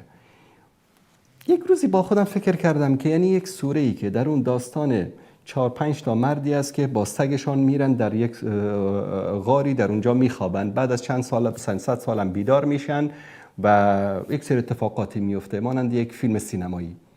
این چه داره این داستان که من باید این رو هر روز جمعه با تفکر و تدبر بخوانم؟ متاسفانه اکثر ما این چیزها رو میخوانیم، هر روز جمعه میخوانیم بدون تفکر و تدبر، به خاطر همین هیچ درسی نمیگیریم. مانند یک عالمی میگن شبی رفته بود خانه یک کسی، عالم خیلی بزرگی بود، میگن امام احمد ابن حنبل بود. این طرف شب تا صبح نماز تهجد خواند، صاحب خانه عالم شب تا صبح خوابید. صبح که بیدار شد طرف آمد گفت شیخ، امام گفت من اسم تو رو شنیده بودم، تو هم چیزی نبودی، یعنی شب تا صبح من نماز خواندم تو خوابیدی. گفت دیشب که تو نماز میخواندی من در بستر خواب از فلان حدیث پیامبر 10 درس گرفتم، این درس این درس این درس این درس این درس این درس. به خاطر همین ما تفکر و تدبر بکنیم. خب سوره کهف رو میخوانیم، داستان یک سگی که با چند نفر میرن در یک غاری میخوابن و بعد از چند صد سال بیدار میشن و میان در بین مردم و یک سری اتفاقاتی که میفته. چرا؟ چون در زمانی اصحاب کهف میرن در یک سوراخی، در یک غاری میخوابن که پادشاه ظالم و ستمگری است که در سایه این پادشاه تو نمیتونی دعوت بکنی، نمیتونی حرف حق بزنی، نمیتوانی در اونجا توحید رو نشر بکنی، نمیتوانی به دین خدمت بکنی. الله متعال داره به توی عالم دعوتگر میگه که اگر همچین حالتی دست داد که مجبور شدی در کنار ظالم قرار بگیری، مجبور شدی در پارلمان در لوی جرگه ظالمین شرکت بکنی، مجبور شدی که در شورای علمای ظالمین شرکت بکنی، مجبور شدی که عضو هیئت علمای ظالمین شوی، در زیر اشغال در حکومت دست نشانده بری خدمت بکنی، بری حرف حق رو نتونی بگی، برعکس مجبورت بکنن که باطل رو بگی، در این صورت برو مثل اصحاب کهف بمیر، تو خانه‌ات بشین بمیر. هیچ عالمی رو، هیچ دولت ستمگری، حتی این دولت تاجیکستان، دیدید که عالمی رو به زور از گوشش کش کرده باشه، جلوی دوربین آورده باشه که بیا اینجا حرف ناحق رو بگو؟ نه، بعضی از اینا خودشون میان، والله خودشون با رضایت میان، پول میگیرن میان، دین فروشن. الله متعال در سوره کهف به ما میگه که بابا مثل اصحاب کهف وقتی نمیتوانید دعوت بکنید، نمیتوانید توحید رو پخش بکنید، نمیتوانید در مقابل ظالم بایستید، برید در یک سوراخی بمیرید، برید در یک غاری گوشه نشینی بکنید، برید در خانه بشینید صداتون رو در نیارید، حداقل مثل اصحاب کهف برید در یک گوشه بمیرید. اما متاسفانه نه تنها که مردانگی برای جهاد ندارن، اهل کمک به جهاد و به مجاهدین هم نیستن، مردانگی برای گفتن سخن حق رو هم ندارن، اما مانند سگ و بلا نسبت سگ صبح تا شام ببینید که بلندگوی صهیونیستا شدن، بلندگوی دشمنان اسلام شدن، بلندگوی آمریکا و اسرائیل شدن و به نفع اونا تبلیغات میکنن و حرفی هم که میزنن ببینید که سخنگوی ارتش اسرائیل میگیره حرفشون رو در صفحه ایکس خودش پخش میکنه و ازشون تعریف و تمجید میکنه. اینا همان سگ‌هایی هستن که الله سبحانه و تعالی اونها رو مثال میزنه، میگه مثلهم کمثل الکلب. اینها همان الاغ‌هایی هستن که بار کتاب در پشتشون هست اما هیچ نفع و ضرری به حال اونها نرسانده. یک تعداد اینطوری هن و این کاری هم که انجام میدن طوری وانمود میکنن که قربتاً الی الله، به عنوان یک عبادت دارن انجام میدن، چون در نظر اونها احماس یک گروه منحرف است، در نظر اونها مجاهدین منحرف هستن و این انسانهای منحرف رو باید برملا کرد، باید افشا کرد، باید بر علیه اینا صحبت کرد.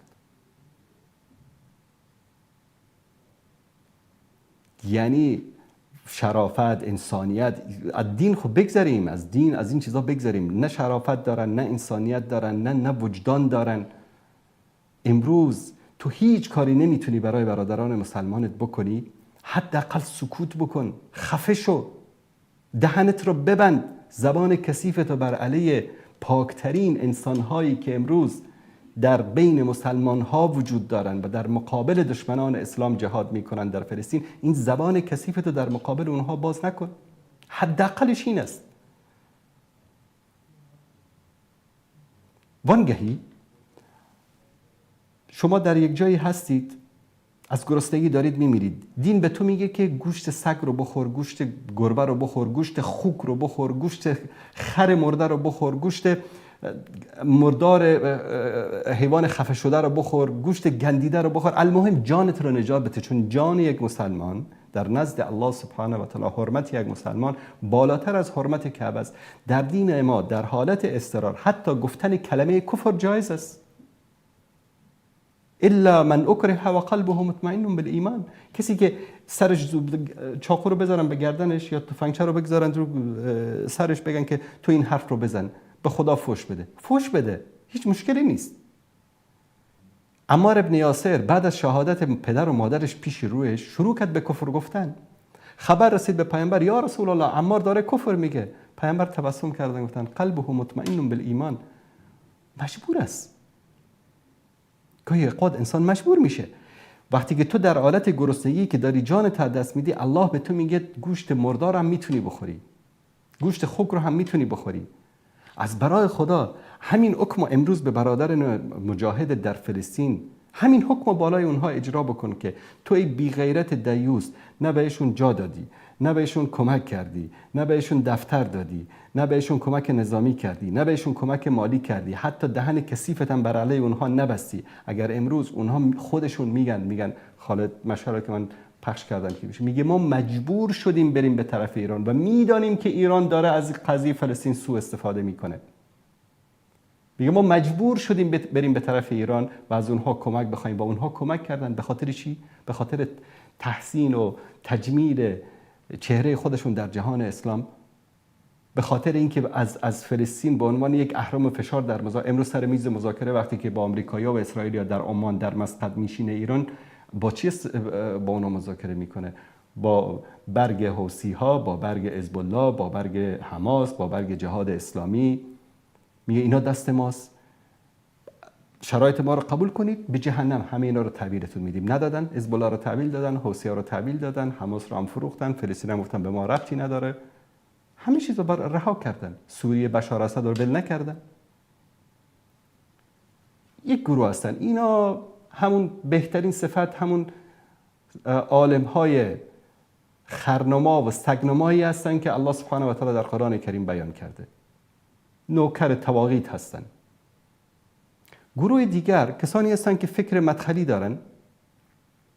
برای اونها، این کسانی که فکر مدخلی دارن، برای اونها هر کسی که حزبی باشد، جماعتی باشد، یا اخوان المسلمین باشد یا این باشد، همه اینا منحرفن، همه اینا مبتدعن، علیه اینا فاسقن، فاجرن. این یک فکری است که بارها در موردش صحبت کردیم که اگر ولی امر بگه که شیر سیاه هست میگن سیاه است، اگر بگن که قیر سفید است میگن سفید است. ولی امر رو مثل خدا میپرستن.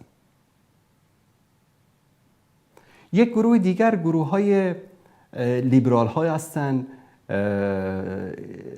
سیکولار ها هستن و اینهایی که همیشه داد میزدن از حقوق حیوانات، از حقوق زن. داد و بیداد، زنها در افغانستان اجازه نمیدن که از کلاس ششم بالا درس بخوانن. هزاران نفر زن و کودک رو امروز در فلسطین قتل عام میکنن، اینا صداشون در نمیاد. چه کثیف هستند دشمنهای جهاد و مجاهدین امروز در دنیا. الله سبحانه و تعالی نابودشون بکنه و شر اینا رو از سر امت اسلامی کم بکنه. من در مورد فلسطین صحبت کردیم. دیروز یک دوستان یک کلیپ رو برام فرستاد، دوست دارم در برنامه امشب خدمتون پخش بکنم تا بشناسید این آخوندهایی که امروز همه امت اسلامی رو اینها فروختن برای آمریکا و برای اسرائیل. به خاطر خودشون همه رو اینها میفروشن. کلیپ رو با هم ببینیم. هر بلای سر فلسطینیا بیاد حقشونه. هر بلای سر فلسطینیا بیاد حقشونه. میدونید چرا فلسطینی‌ها 70 سال آوارن؟ بیچارگی و بدبختی گریبانشون گرفته و حال روز فعلشون اینه. به خاطر اینه که حضرت زینب سلام الله علیها اینا رو نفرین کرده. در مسیر عبور اسرای کربلا تا شام، زمانی که فلسطینی‌ها با اسرای اهل بیت برخورد میکنن، سنگ به سر اینها میذارن، با سنگ استقبال میکنن. لذا دختر امیرالمؤمنین نفرین میکنه و میفرماید امیدوارم تا روز قیامت سنگ از دستتون نیفته. و الان امروز میبینیم اثر نفرین و دختر علی. یعنی احمق‌تر از این آخوند جماعت من خدمت شما عرض کردم، من کسی رو ندیدم. فلسطین کجا، شام کجا. از دمشق وقتی بخوان کسی بخواد بره مدینه، مسیر کاروانی که حالا ادعا میکنه، اصلا از فلسطین نمیگذره. یعنی از سوریه مستقیم وارد خاک عربستان میشه، وارد اصلا ربطی. فلسطین این طرف هست، عربستان این طرف، به اصطلاح شام این طرف دمشق. یعنی اینا اینطوری رفتن از فلسطین دور زدن آمدن، راه نیست. یعنی یک حرف احمقانه. بعد ببینید دشمنی اینها چطور دشمنیشون با اهل سنت رو، با مردم فلسطین رو به اون شکل و شمایل دینی میدن. بعد اینکه من بارها روزی که از علما اومده بود در مورد اینکه حزب الله رو فروختن، حوثی‌ها رو فروختن، همه این کسایی که جبهه‌های مقاومت میگفتن و بر علیه اسرائیل داره میجنگه، همه اینا رو ایران فروخت. میگه والا ایران واقعا این کارو کرد. گفتم ما 20 ساله که داریم داد میزنیم، شما باورتون نمیشد. بله والا شماها رو میفروشه. همون عالم سنی که در افغانستان در هر روزی که قدرت به دست اینها برسه، همون کسی که یک کلمه بر علیه اینا صحبت نکرده همون رو میان خونش ترورش میکنن. در یمن همین کارو کردن. ببینید که اینا در پشت صحنه مثلا در زمان جنگ ایران و عراق به ما جلوه دادن به عالم اسلامی که در عراق به عراق اسرائیل و آمریکا کمک میکنه و جمهوری اسلامی به خاطر اسلام و به خاطر دین و به خاطر اهل بیت و به خاطر الله داره میجنگه. الله اکبر. جمهوری اسلامی است. اما ببینید که در پشت پرده چی اتفاقاتی افتاده. ایشون مشاور بهشتی رئیس جمهور وقت ایران در زمان جنگ با عراق هست که اعتراف میکنه که چه اتفاقاتی افتاده. با هم بشنویم این رو. 24 مهر 1365 آقای رونالد ریگان رئیس جمهور آمریکا تلفنی با آقای شیمون پرس نخست وزیر اسرائیل صحبت میکنه و مراتب تشکر دولت مطبوع خود را جهت هماهنگ سازی اسرائیل در انتقال تسلیحات به ایران اعلام میکنه. 29 فروردین 65 دوستان عزیز این چرا تصویر نشون داده نشد؟ من این رو یک بار دیگه روشن کنم. 24 مهر 1365 آقای رونالد ریگان رئیس جمهور آمریکا تلفنی با آقای شیمون پرس نخست وزیر اسرائیل صحبت میکنه و مراتب تشکر دولت مطبوع خود را جهت هماهنگ سازی اسرائیل در انتقال تسلیحات به ایران اعلام میکنه. 29 فروردین 65 بزرگترین پیروزی ایران در جنگ بعد از فتح خرمشاه اتفاق میفته که عملیات الفجر 8 ایران میره فاو رو میگیره. سوال من اینه که آیا بدون 11,000 قطعه موشک ضد هوایی هاک که از انبارهای اسرائیلی آمریکا یاد دادن امکان زدن 70 تا هواپیمای عراقی بود؟ میتونه از ارمان رد شد؟ اصلا نبود. الان همه میگن اصلا نبود.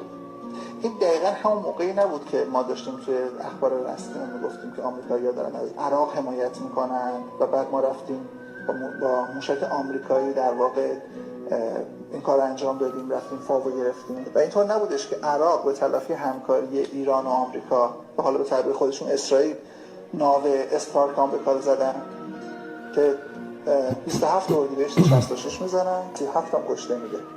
وقتی عراق متوجه این رابطه پنهانی ما با آمریکا میشه این ماجرا اتفاق میفته. امکانش هست. محسن کنگرلو دستیار امنیتی شهید بهشتی، میرحسین موسوی و رفسنجانی. بهشتی رئیس جمهور بود در زمان جنگ، میرحسین موسوی نخست وزیر بود. همین موسوی که مدتی میرحسین موسوی که به اصطلاح در انتخابات پیروز شدن و بعد خانه نشین شد و خلاص از اینا، و رفسنجانی که سرشو کردن زیر آب. 11,000 موشک آمریکا از طریق اسرائیل به ایران کمک میکنه در جنگ بر علیه عراق. بعد از چند سال، بعد از تقریباً 2 سال این قضیه، بعد از 25 سال این قضیه افشا میشه. واقعیت اینا این است. و متاسفانه مشکل این است که داد زدیم، گفتیم بابا اینها همه دستشون در یک کاسه است. باور نمی کردن خیلی از علما و دعوتگران ما.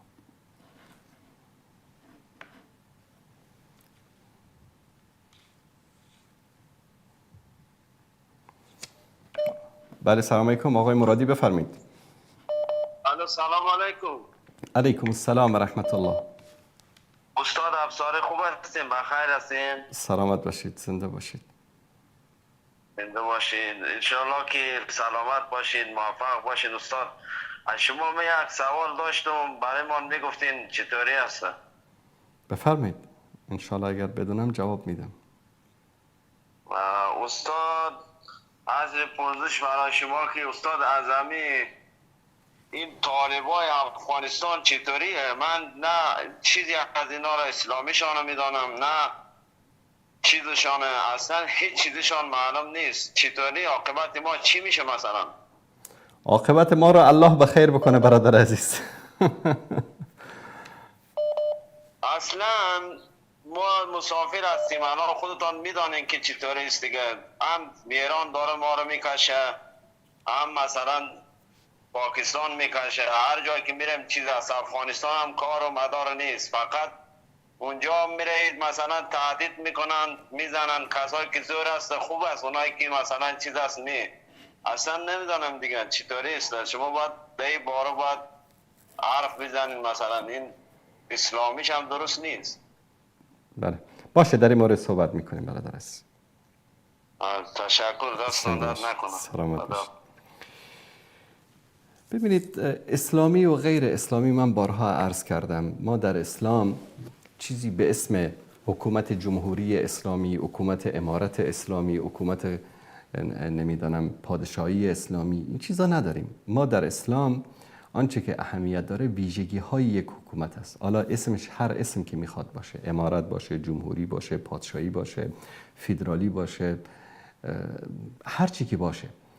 عدالت مهم است، تطبیق شریعت مهم است. تطبیق شریعت هم بر اساس فهم یکی دو نفر نه، بر اساس فهم جمهور علمای اسلام.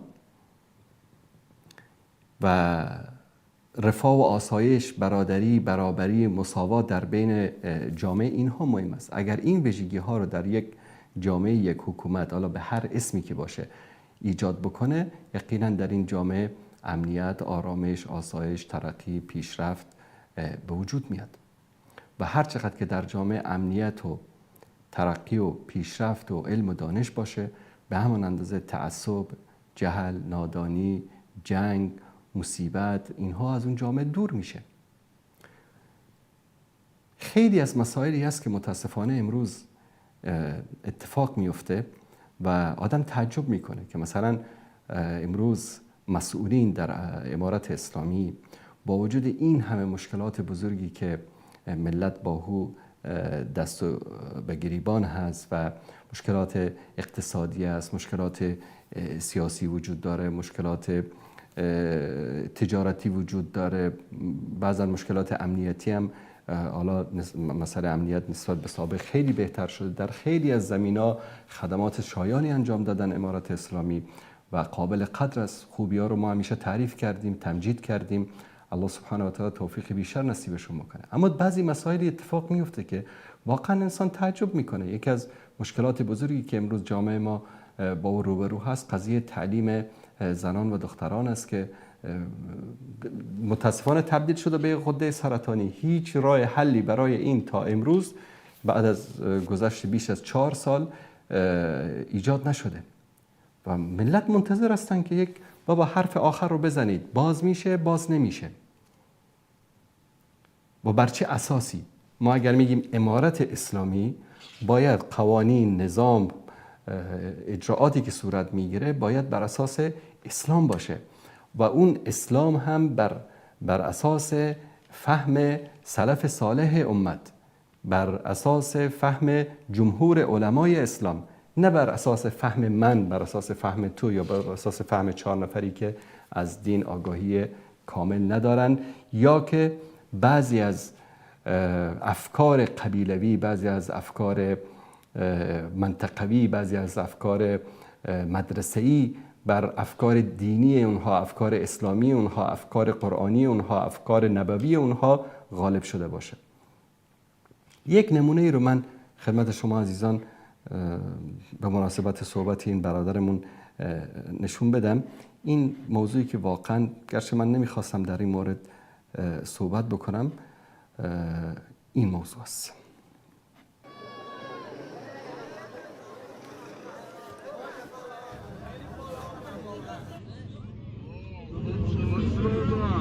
یونیفرم از 1404 که تعلیمی شروع شدن بر ما گفتن که یونیفرم سفید، لباس سفید بپوشیم، رای دستار یا لنگی بپوشین.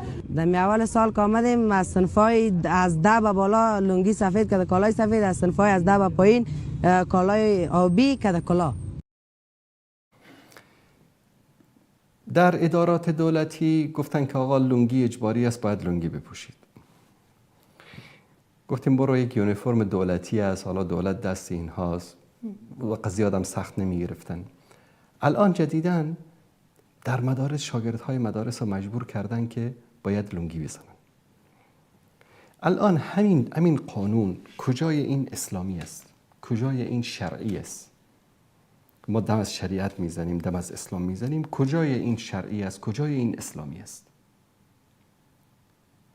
چه معنی دارد که ما امروز جوانها رو در مدارس مجبور بکنیم که لنگی بزنن یا عمامه بزنن؟ لنگی همون عمامه بزنن. چرا؟ به خاطر چی؟ میگن سنت پیامبر است. بابا جان، اگر شما فکر میکنید که عمامه سنت پیامبر است، عمامه سنت ابو جهل هم است، عمامه سنت عتبه و ربیعه و شیبه و سران مشرکین هم هست، عمامه سنت ابو لهب هم است، عمامه سنت عبدالله ابن ابی ابن سلول هم هست. چرا؟ چون همه سران کفار و مشرکین در زمان رسول الله صلی الله علیه و سلم عمامه می پوشیدن. همشون بلا استثناء عمامه می پوشیدن. منافقینی که در مدینه بودن همه عمامه می پوشیدن. عمامه پوشیدن یک عادت است، سنت نیست. من یک سرچ کوتاهی کردم و این عادت و فرهنگی که در یک جامعه باشه، شما این رو نمیتوانید به نام دین به اجبار بالای مردم تحمیل بکنید. این حق رو ندارید. به نام دین تحمیل کردن یک فرهنگی، یک کلتوری، یک عادت، یک قومی بالای مردم، ولو این که عادت قوم رسول الله صلی الله علیه و سلم باشه، اونم به اسم سنت، چون این سنت نیست. پیامبر صلی الله علیه و آله و سلم عادات و تقالیدی که در بین مشرکین بود و در مخالف و در تضاد با اسلام نبود، اون رو انجام میدادن، مگر اینکه از اون منع شده باشه. و این یک مسئله اختیاری است. کسی دوست داره بپوشه، کسی دوست داره نپوشه. ما به عنوان مثال نظر بعضی از علمای جهان اسلام رو در مورد این مسئله میاریم. مولانا مفتی محمد تقی عثمانی، یکی از علمای بزرگ احناف، مفتی احناف در شبه قاره هند و پاکستان، در مورد عمامه چی میگه؟ عمامه لباس سنتی عرب بوده است که پیامبر صلی الله علیه و آله و سلم نیز از آن استفاده میکردند، اما استفاده از آن به نیت اقتدا مستحب است، ولی ترک آن گناه نیست. منبع اسلام اور جدید دور که سوالات، نام کتاب اسلام اور جدید دور که سوالات، از مفتی محمد تقی عثمانی. فعلا یعنی در بین احناف بالاتر از این عالم دینی ما نداریم فعلا در این زمانه. مفتی محمد شفیع عثمانی، پدر امین مفتی تقی عثمانی که مفتی اعظم پاکستان بود، در کتاب معارف السنن و احکام القرآن میفرماید که لا یأثم تارکه و ان کان متبعا فیه اجر ولا یجعل شعارا للتمیز بین الناس. کسی که لنگی یا عمامه را ترک بکند گناهکار نمی شود و اگر که به نیت مطابقت از پیامبر بکند اجر خودش را دارد، ولکن این را شعاری برای فخر فروشی به خاطر خودنمایی در بین مردم قرار ندهد یا به عنوان یک نوع برتری در بین مردم یا به عنوان علامت دینداری در بین مردم استفاده نکند. همه این علمایی که ذکر میکنم علمای احناف هستند، بزرگترین علما و فقهای احناف. مولانا حسین احمد مدنی از علمای دیوبند هند در کتاب شرح صحیح مسلم خود میگه که الاهتمام بالعمامه اکثر مما جاء في النصوص المعتبره، میگه که اهتمام دادن، توجه کردن به عمامه بیشتر از آن چیزی که در نصوص آمده باشد. مما يدل ان بعض یجعلها شعارا و هذا غیر مشروع. بعد این رو یک علامتی، یک به اصطلاح چیز شرعی برای خودشون قرار دادن، این جایز نیست، غیر مشروع است. مولانا سرفرازخان صفدر، عالم بزرگ دیوبند، چی میگه در کتاب احسن الکلام فی السنن و الاحکام؟ میگه که الامامه سنت عملیه لا قولیه و هی من العادات. عمامه که هست یک سنت عملی است نه قولی، و این از جمله عادات بوده، یعنی عرف و عادات عرب بوده در اون موقع. و الاقتداء فیها جایز لا لازم، و اقتدا کردن یعنی عمامه پوشیدن جایز است اما لازم نیست. شیخ محمد یوسف بنوری، بانی دارالعلوم بنوری تاون کراچی، یکی از مدارس بزرگ اهل سنت احناف در پاکستان، در رسائل فقهی خود میگه که العمامه لباس شریف، عمامه یک لباس شریف است، لکن لا ينبغي ان تتخذ علامت التقوا، یعنی این رو به عنوان یک علامت تقوا و پرهیزگاری گرفتن جایز نیست. ولا شعارا لاحتقار غیر المتعممین، و کسی که لنگی میپوشه، عمامه میپوشه، کسایی که نمیپوشن اونها رو تحقیر بکنه، این جایز نیست. نظر عالم بزرگ اسلام علامه نووی در مورد شارح صحیح مسلم در مورد عمامه میگه العمامه من اللباس العرب، عمامه از جمله لباس عرب است، از جمله فرهنگ عرب است. و قد لبسها النبی صلی الله علیه و سلم اتباعا لعادتهم، پیامبر صلی الله علیه و سلم به خاطر پیروی از عادت قومش پوشیده، لا تعبدا بها، نه به خاطر عبادت.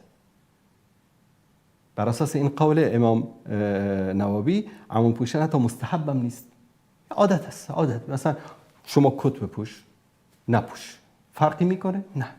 کت پوشیدی آیا متقی شدی؟ نه. عمامه پوشیدی آیا متقی شدی؟ نه. هیچ، اصلا ربطی به دین نداره عمامه. در کتاب شرح صحیح مسلم میگه. در مذهب شافعی میگه العمامه لیست من السنن المقصوده، عمامه که هست از جمله سنت های عرفی و عبادی نیست، بل من عادات العرب، بلکه از جمله عادات های عرب بوده. فإن بها لتأسي بالنبي صلی الله علیه و سلم اثیب علی نیته، اگر کسی به نیت پیروی از پیامبر این کار رو بکنه، چون پیامبر عمامه میپوشه من بپوشم، اجر میبره به خاطر پیروی از پیامبر، اما اجباری نیست، از جمله سنت ها نیست، از جمله عبادت ها نیست، بلکه این جمله عادات. به خاطر همون خدمتتون عرض کردم که ابو جهل هم عمامه میپوشید، ابو لهب هم عمامه میپوشید، ابو سفیان هم در قبل از اسلام عمامه میپوشید. منبع اینم هست در شرح المهذب جلد 1 صفحه 493. در مذهب مالکی العمامه لباس العرب و کان النبی صلی الله علیه و سلم یلبسه عادة لا عبادة. امام قرطبی در تفسیر خودش در تفسیر سوره اعراف میگه عمامه که از جمله لباس عرب است، پیامبر صلی الله علیه و سلم به خاطر عادت عرب میپوشیدن، نه به خاطر عبادت. این در مورد علمای مالکی. در فقه مالکی میگه لبس العمامه مستحب عرفا ان كان يليق بحال الرجل و مجتمعی. پوشیدن عمامه مستحب است، جزء عادات و تقالید است، اگر که در جامعه‌ای که انسان زندگی میکند در اون جامعه پوشیدن عمامه بزیبد برای انسان، یعنی خوب معلوم بشه برای انسان. شما تصور کنید امسال مثلا یک شخصی از عربستان سعودی با اون چلتارش، با اون به اصطلاح قطره و اقال که بهش میگن، بره در افغانستان، مردم بهش میخندن. و از افغانستان یک مردی با عمامه و با اون چپن افغانی بیاد در وسط ریاض بگرده، مردم بهش میخندن. پس هر جامعه‌ای از خود عرف و عاداتی داره. در اون زمان پیامبر صلی الله علیه و سلم پوشیدن عمامه یکی از عادات و تقالید عرب ها بوده. در اینم در المواهب الجلیل شرح المختصر خلیل در فقه مالکی. در مذهب حنبلی لبس العمامه مستحب اذا كان من لباس اهل البلد. در مذهب حنبلی میگه که لباس عمامه که از مستحب است اگر که از لباس مردم اون کشور باشه، ولیس من السنن المقصوده، و این از جمله سنت‌هایی که به هدف عبادت انجام بگیره نیست. المغنی جلد 1 صفحه 607. شیخ الاسلام ابن تیمیه میگه که النبی صلی الله علیه و سلم کان یلبس العمامه لانها من لباس قومه. ابن تیمیه رحمت الله علیه میفرماید که پیامبر صلی الله علیه و سلم عمامه میپوشیدن به خاطر اینکه از لباس قومش بود. ولم یأمر بها ولم یجعلها من شعائر الدین، و پیامبر به این نه امر کرده و نه این رو از جمله علامات دین دانسته. مجموع فتاوای ابن تیمیه جلد 22 صفحه 145. علامه بن باز چی میگه؟ کانت من سنت العرب، عمامه پوشیدن از جمله سنت های عرب بوده. قبل از اسلام هم بوده، بعد از اسلام هم بوده. کثیر من اهل العلم یقولون اللباس لا يدخل في السنه والبدعه. بسیاری از اهل علم میگن که لباس هایی که در عرف عادت یک جامعه باشد در سنت و بدعت داخل نمی شود. لانه من العوائد فلا بأس، به خاطر اینکه هر جامعه لباس های مخصوص خودش رو داره، پس اشکالی نداره که هر کس هر جوری که در یک جامعه لباس معروف باشه، مادامی که عورت رو بپوشانه، مخالفت شرعی نداشته باشه، اشکالی نداره. و من ترکها فلا بأس، کسی که ترک بکنه پوشیدن عمامه رو هیچ اشکالی نداره. من عوائد العرب قبل الشرع، قبل از شریعت، قبل از دین، این از جمله عادات عرب بوده. کمیته مرکزی فتوا در مورد میگه که در مورد بعضی از سنت های ظاهری که بعضی مردم به اون چیز دارن توجه میکنن، در مورد تراشیدن ریش میگن که این تشبه به کفار است. کوتاه بودن پاچه های انسان این از جمله سنت ها هست، واجب است. و همچنین ذکر میکنه که لبس العمامه فهو من المباحث وليس بسنه كما توهمت، من المباحات وليس بسنه كما توهمت، که عمامه پوشیدن از جمله مباحات است، یک چیز مباح است، وليس بسنه كما توهمت، سنت نیست مانند که بعضی از مردم این توهم رو دارن که فکر میکنن سنت است. علامه ابن عثیمین رحمت الله علیه میگه که لبس العمامه لا بأس، لباس العمامه لیس بسنه، لباس پوشیدن عمامه اشکالی نداره، اما این از سنت نیست، لکنه عاده، بلکه این از عادات عرب بوده. و سنه لکل انسان ان یلبس ما یلبس الناس، سنت این است که انسان لباسی رو پوشه که عموم مردم در جامعه او میپوشن، ما لم یکن محرما بذاتی، به شرط اینکه این لباس حرامی نباشد. و انما قلنا هذا لانه لو لبس خلاف ما یعتاده الناس لکان ذلك شهره، و کسی که لباسی رو میپوشه که خلاف لباس عموم مردم باشه، این لباس شهرت است و این ممنوع است و حرام است پوشیدنش. از برای خدا، یعنی آدم تعجب میکنه امروز کل مشکلات اقتصادی یک جامعه حل شد که الان دیگه طلاب شاگردان مدارس برن یک 7-8 متر دیگه پارچه بخرن، خرج و مصرف، برو عمامه درست بکن به سرت بزن که این سنت است. کی گفته سنت است؟ در کجای قرآن و سنت یک دلیل بیارید از سنت که رسول الله صلی الله علیه و سلم فرموده باشن که عمامه پوشیدن سنت است؟ این یک نوع مسخره کردن دین است و این اشتباهی است که متاسفانه طالبان در امارت اول انجام دادن. ریش ماندن اجباری، لنگی پوشیدن اجباری.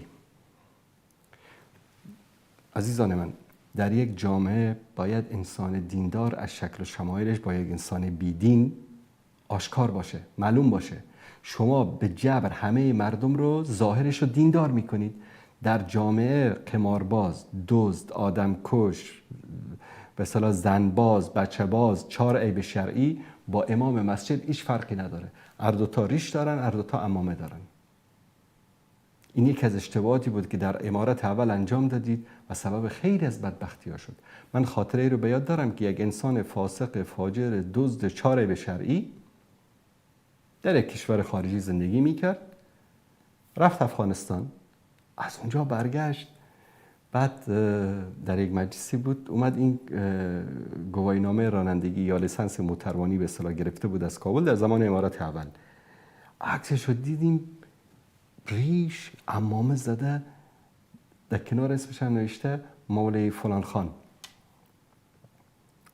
تو خانه خراب، یعنی تو که نماز نمیخوانی، مسجد نمیری، تو مولوی از کجا شدی؟ گفت بالا زن فلانا رو اینطوری کنم. گفت رفتم اونجا، گفت مولوی صاحب ما رو بردن بالا، مولوی صاحب لیسانس هم نوشتن مولوی فلان خان. الان انسان فاسق و فاجر دزدی بکنه به نام عالم دین تمام میشه، آدم بکشه به نام عالم دین تمام میشه، زنا بکنه به اسم عالم دین تمام. زناکار دیدید؟ زناکارا رو آوردن فیلماشو پخش کردن، گفتن یکی از مسئولین طالبان در حالت زنا کردن. شما که 100 انکار بکنید فایده ای نداشت. چرا؟ چون شکل و شمایل اون کسی که داشت زنا میکرد با شکل و شمایل یکی از مسئولین امارت اسلامی هیچ فرقی نداشت. همان ریش، همان عمامه، همان کلاه. در دیگه کشورهایی که برید، در کشورهای خلیج مثلا، در مصر، در اروپا، در آمریکا، دیندار از قیافش معلوم است، بیدین هم از قیافش معلوم است. در یک جامعه باید مردم بتونن تمیز بکنن بین انسان دیندار و انسان بیدین. شما همه مردم رو ظاهرش رو دیندار کردید، یعنی نصف جامعه منافق شدن، نصف جامعه تظاهر به دینداری میکنن اما دیندار نیستن. ریش دارن اما سنت نیست، ریش اجباری است. عمامه دارن اما عمامه‌ای که شما اون سنت میدانید نیست، عمامه اجباری است. از نصف جامعه رو شما منافق کردید.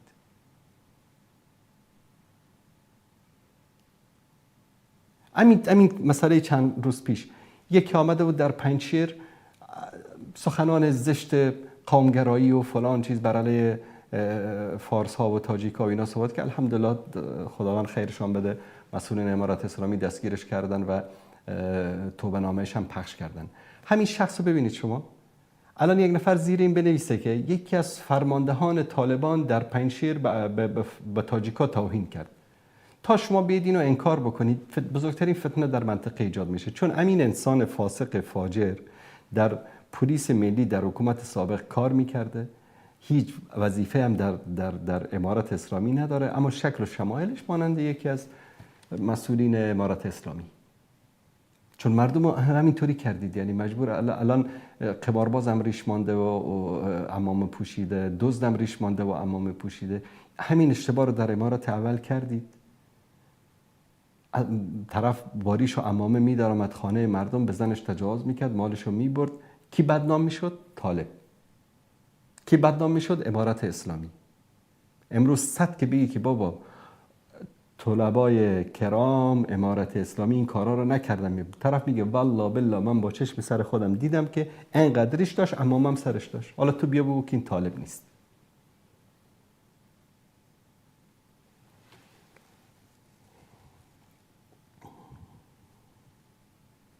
بیننده عزیز سلام علیکم، بفرمایید. استاد انصاری خسته نباشید. سلامت باشید، بفرمایید. استاد انصاری عزیز، درباره اینکه فرمودید در زمان جنگ ایران و عراق حالا ایران از اسرائیل اسلحه خرید، این یه قبل و بعدی هم داره، وگرنه این شبهه به وجود میاد که همونجور که فرمودید ایران با اسرائیل مثلا اپوش بسته بوده، اما این قبل و بعدش هم اگه بگید مشخص میشه که اینجوری نبوده. استاد انصاری خب بفرمایید شما قبل و بعدش رو بگید. ببینید اون زمانی که شما میفهمید آمریکا اینجور تبلیغ میکردن که فقط داره از عراق حمایت میکنه و اینا، ببینید آمریکا اولا اینجوری که به نظر میرسه و اسنادی که آمده بیرون دوست داشته این دوتا کشور با هم بجنگن و هر دو ضعیف بشن و برنده مطلقی هم جنگ نداشته باشه و این رو به سود اسرائیل میدیده که دو تا کشور قدرتمند مسلمون ضعیف بشن به نفع امنیت اسرائیل. حالا این که این جنگ را میفته، اینی که تمام اروپایی‌ها روسا داشتن به عراق اسلحه میدادن که شکی نیست. تمام هواپیماهای سخو، میراژ فرانسوی، سخوی روسی، تمام تانک‌های روسی، تمام شیفتن‌های انگلیسی، موشک‌های فرانسوی، یعنی تماما عراق تجهیز می‌شده. توی اون زمانی که شما می‌فرمایید ایران از اسرائیل سلاح خرید، کار به جایی رسیده بوده که دیگه ایران هیچی برای دفاع نداشته، ولی صدام با موشک میتونسته شهرهای ایران رو بزنه. ایرانی‌ها در به در این ور اون ور از طریق واسطه که یکی به اینا موشک میفروشه، اصلا موشک به ایران نمیفروختن، برخلاف اینکه از همه طرف به عراق موشک میدادن. در نهایت واسطه‌ای که پیدا میشه یک شرکت اسرائیلی بوده و به خمینی هم که میگن، من خمینی رو جنایتکار میدونم، خمینی رو من به خاطر اون کشتاره اصلا جنایتکار میدونم، ولی در هر صورت حق رو باید گفت. خمینی میگه وقتی ما تو این شرایطیم و اگه لازم داریم بخریم، فرقی نمیکنه. اسرائیل هم استاد انصاری عزیز 2 تا منظور مشخص از این کار داشته. یکی اینکه سلاح‌های خریده شده از اسرائیل یه چیزی حدود 5 برابر قیمت به قول معروف بازار آزاد خریده شده. خب یه انگیزه مالی بوده و یک انگیزه دیگه ای هم که حالا سازمان‌های اطلاعاتی میگن اسرائیل تو اون زمان در دراز مدت ایران رو دوست استراتژیک خودش میدونسته و صدام رو دشمن استراتژیک خودش میدونسته. حالا به این علت که اسرائیلی‌ها با ایرانی‌ها مشکلات ارضی و مرزی ندارن به قول معروف که مثلا قصبی چیزی شده باشه. من خواستم این نکته رو بگم خدمتتون که اینجور خب همین دلیل که مثلا اسرائیل تصور بکنه که ایران دشمن استراتژیک نیست، عراق دشمن استراتژیک است، همین برای ما کافی است. اولا. ثانیاً یعنی شما امروز بگید که به خاطر پول بوده، به خاطر منافع مالی بوده، به خاطر هر چیز بوده، اما مثلا شما یک کشوری که ادعای جمهوری اسلامی بودن میکنه، حکومت اهل بیت و عدالت علوی و فلان اینها، مثلا از اسرائیل سلاح بگیر در مقابل یک کشور اسلامی، حالا صدام هر چی که بگید اوکی، در مقابل ملت مسلمان عراق که اکثریتشون هم شیعه بودن، نصف بیشتر سربازای عراقی که در جنگ کشته شدن شیعیان بودن که کشته شدن، همین شیعیان اثناعشری هم دین شیعیان ایران بودن. استفاده کردن، همکاری کردن با کفار، از اونها سرا گرفتن بر علیه یک مسلمان، یعنی در دین و شریعت شیعه جایز است.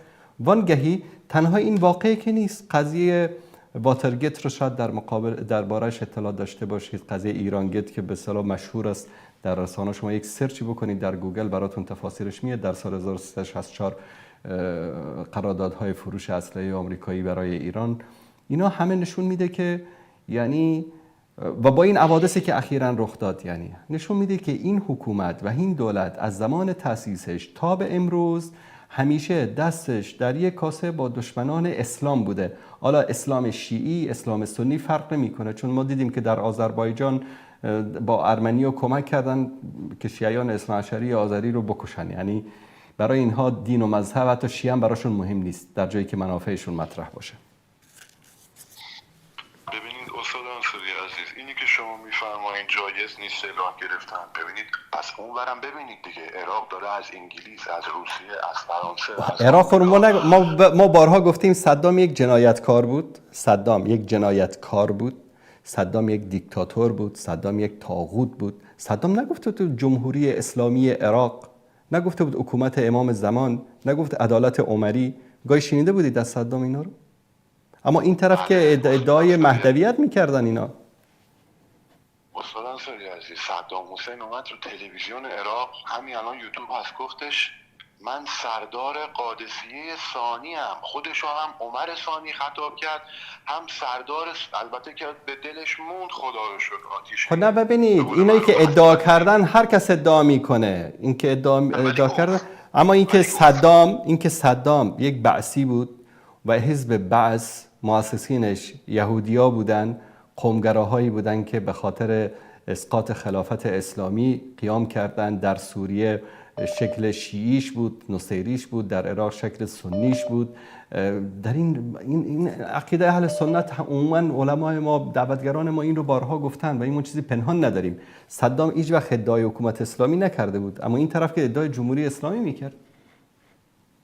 استاد انصاری عزیز، شما اینو در نظر بگیر، وقتی خاک کشور گرفته شده دیگه راهی نیست که بعد بجنگن. خرمشهر رو گرفته بود، این موشکایی هم که از اسرائیل تحویل گرفتن در آزادی خرمشهر استفاده شد، یعنی به شهر عراق بعد از آزادی خرمشهر در عملیات والفجر گرفتن فاو. خودتون میدونید که منطقه فاو یک منطقه متنازع علیهی است بین ایران و بین عراق. بله. قضیه موشک‌ها در جنگ فاو است، نه در جنگ خرمشهر. ببینید شما صدام و حالا هرچی بدونید دیگه حمله کرده داره میگیره. وقتی در و سبب حمله صدام هم همین خمینی بود، یعنی سبب حمله صدام هم خمینی بود. این دیگه یک واقعیت است که همه مردم این رو میدونن. استاد انصاری عزیز، 2 لبه داشت. یکی خمینی بود که وقتی که اومد ایران سر کار شروع کرد به تحریک مردم و ارتش عراق، برخلاف اینکه صدام گویا یه نامه به قول معروف دوستانه هم بهش نوشته بود. یکی این بود. دومی بازم خمینی بود که شروع کرد سران ارتش این مملکت رو از بالا به پایین بیگناه وطن پرست جنایتکارانه تیربارون کرد. پس دو کار موازی انجام داد. یک، شروع کرد به تحریک صدام. دو، شروع کرد به نابود کردن ارتش ایران. یعنی یک خیانت کامل به ملت ایران کرد. اما یادمون نره صدام حسین از زمان شاهنشاه طمع به خاک ایران داشت و 2 بار 3 بار ایران تا دم جنگ با صدام هم تو اروندرود هم در ایران طمع نداره. ایران طمع نداره. ایران هم طمع داره در عراق، ایران هم طمع داره در افغانستان، ایران هم طمع داره در پاکستان. کدوم کشوری است که امروز طمع نداره در خاک کشور همسایش؟ چون این مرزها رو که بین این کشورها کشیدن بر اساس همون قرارداد استاینبیسکو که کشیدن، به خاطر چی کشیدن؟ به خاطر اینکه هر موقع خواستن این کشورها رو به جان هم بندازن. گاهی اوقات می‌بینید در این مرزکشی‌ها یک روستایی که پسرعمو این ور مرز مونده، پسرعموی دیگر این ور مرز مونده. چرا؟ چون هر موقعی خواستن از این ور مرزی برای این ور مرزی استفاده بکنن. استادم سید عزیز، ایران یک کشور کهنه. ببینید عراق، همه کشورها تاریخ کهن دارن برادر عزیز. شما در دوست عزیز یک لحظه شما در تماس قبلیتونم همین مسائل قومی و نمیدونم تعصبات اینا رو مطرح کردید. همه کشورها تاریخ کهن دارن. امروز اگر ترکا بگن که ما صدها سال بر ایران حکومت کردیم، ایران جزئی از خاک ماست، میتونید این کار بکنید؟ ببینید پادشاهان ترک سالها بر پادشاهی پارس حکومت کردن، کما اینکه تو نامه‌های شاه اسماعیل صفوی یا قاجاریه که همه ترک بودن نوشته ناصرالدین شاه پادشاهی ولاد فارس، نوشته شاه اسماعیل پادشاهی ولاد فارس. اینا بله ترکان به مدت چند صد پس مسئله رو قومی نکنید که حالا مثلا ایران بزرگ، چون برای من مهم نیست. میدونم برای من مهم نیست، چون اصلا این مسائل برای من هیچ اهمیتی نداره. منتها این حساسیت ها، تعصبات رو بین مردم دامن نزنیم. چون دفعه قبلم شما اومدید یک سری مسائل رو به این شکلی که خودتون حالا اعتقاد دارید که اعتقاد شما برای ما محترم هست بیان کردید. دیدید که بعضی کامنت هایی که دادن، بعضی حرفای یعنی تندی که زدن. ما نباید به این مسائل دامن بزنیم. استاد انصاری به خدا من فقط ببین خوزستان دیگه خرمشهر خاک ایران بود، گرفته بود صدام. همین عربا میگن که همین منطقه اهواز تاریخیاً منطقه عرب هاست. من خودم در اهواز زندگی کردم. تاریخی بیان بشینن صحبت کنیم، من بهشون ثابت کنم 500 سال پیش اعراب به خوزستان اعراب ایرانی نور چشم ما هن، برادر ما هن، برابرن با ما، اما اعراب 500 سال پیش به خوزستان ایران مهاجرت کردن. خب همین دوست عزیز، همین شوشتر یا توستوری که در زبان عربی بهش میگن، ساکنان اصلیش عرب هستن قبل از اسلام و بعد از اسلام. استاد انصاری عربی که تو ایران بوده که ایرانی سرور ما هم هست، مشکلی نداریم. اما خوزستان یک جایی بوده که از اول پارس نشین بوده. بختیاری همین الان خوزستان 70% بختیاری هستند. بختیاری ها نسبشون به هخامنشی میرسه، پارسن، لورن، ایرانی هستند. عربای خوزستان هم ایرانی هستند. ببخشید شما نمیتونید تو کشوری که 3000 سال تاریخ مکتوب داره 500 سال مهاجرت کنی. ادعای شما هم جزوش هستی، بله. سرزمین شما هم هست، بله. اینی که خوزستان اصلا یه جا جلو، این دیگه ببخشید. نه دوست عزیز، ببینید من چرا نمیخوام به این مسائل دامن بزنیم. شما الان میدونید ادعی اومدن قضیه اهواز باید جدا بشه، اینجا عربستان بوده، اینجا یک مملکت جدا بوده، فلان بده. ببینید الان یک چیزی به شما بگم.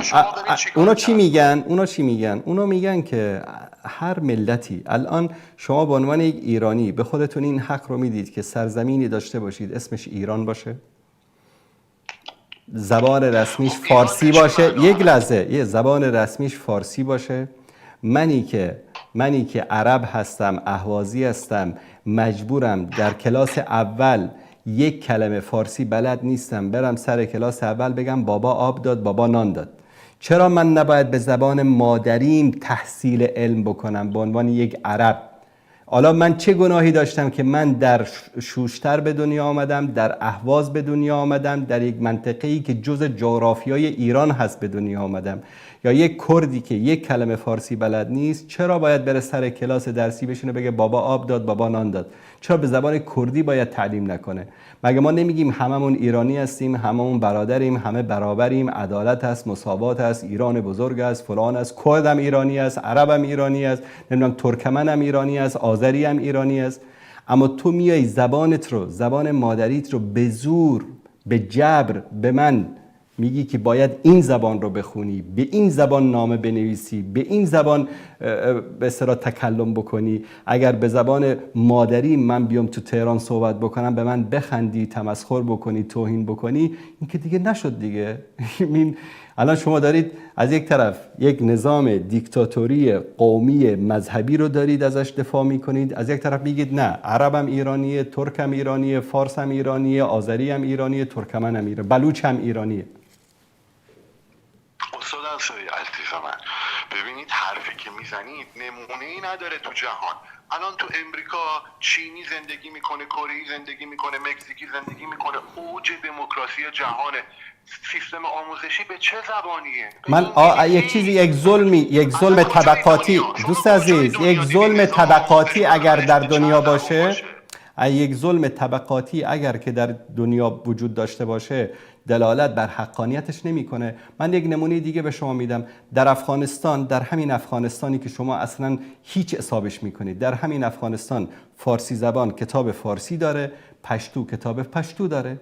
در مناطق پشتو نشین برید، مثلا قندهار برید، هلمند برید، ارزگان برید، در جلال آباد برید، در این مناطق ولایت هایی که پشتو زبان هستن، در اینجا در مدارس کتاب فیزیک و بیولوژی و کیمیا و نمیدونم همه جغرافی، همه کتبشون به زبان پشتو است. در شمال افغانستان که اکثرا فارسی زبان هستن، همه کتاب هاشون به زبان فارسی است. اصلا وزارت آموزش پرورش افغانستان به 2 زبان کتاب چاپ میکنه. مثلا فیزیک، شما میگه زبان چیه؟ میگه زبانم فارسیه، بهت فیزیک فارسی میده. میگه زبانم پشتو، بهت فیزیک پشتو میده. ما در این مسائل از افغانستان هم عقب مانده تریم. در ایران ما عرب رو مجبور میکنیم که بیاد فارسی فیزیک بخونه، فارسی جغرافی بخونه. به خاطر چی؟ به خاطر اینکه من فارسم، حکومت دست منه، زور دست منه. استاد انصاری عزیز اصلا اینجوری نیست. اصلا خیلی هم اینجوریه. ببینید من زندگی کردم، من بزرگ شدم در اون جامعه. دوست عزیز اجازه بفرمایید. ببینید استاد انصاری عزیز، ما که نمیتونیم جلوتر بزنیم از غربی‌ها تو دموکراسی. ما یه فدرالیسم داریم و یک دموکراسی. فدرالیسم اون چیزیه که کردای عزیز، بلوچای عزیز حقشون هم هست، هیچ مشکلی هم نداره. حالا فدرالیسم رو کی اختراع کرده تو دنیا؟ غربی‌ها. خود دموکراسی هم غربی‌ها اختراع کردن، اونم که برای ما خاص نیومده. 30 ثانیه فرصت میخوام از شما. 30 ثانیه. بفرمایید. بزرگترین فدرالیسم جهان 2 تا کشورن، آلمان و آمریکا. اوج دموکراسی. استاد انصاری تو آلمان نظام آموزش پرورش باید آلمانی بخونی، تو آمریکا انگلیسی. این زور و جبر نیست. اینه که یک جامعه از هم نپاشه. عرب تو خوزستان عربی بخونه، کرد کردی بخونه. اینا تو تهران به هم میرسن که مثلا به چه زبانی میخوان با هم صحبت کنن؟ کسی که دکتر شده تو بلوچستان، کردستان چجوری میخواد بره خدمت کنه؟ عزیز دلم، آفرین. همین اتفاقا همینم یک نمونه من برای شما از همین کشور فقیر و عقب مانده‌ای که به نظر ما هیچ حساب نمیشه افغانستان به شما بدم. در مناطق پشتونشین یک لحظه، چرا الگو نه چرا الگو قرار ندیم؟ کار خوب هر کس انجام بده، کار خوب هر کی انجام بده الگو قرار میدیم. برادر عزیز، الان یک برادر پشتو زبان قندهاری من در قندهار یک کتابی داره به نام دری، به نام ادبیات دری. بله یک لحظه، نه چی میگه اشتباه؟ خیلی هم عالیه.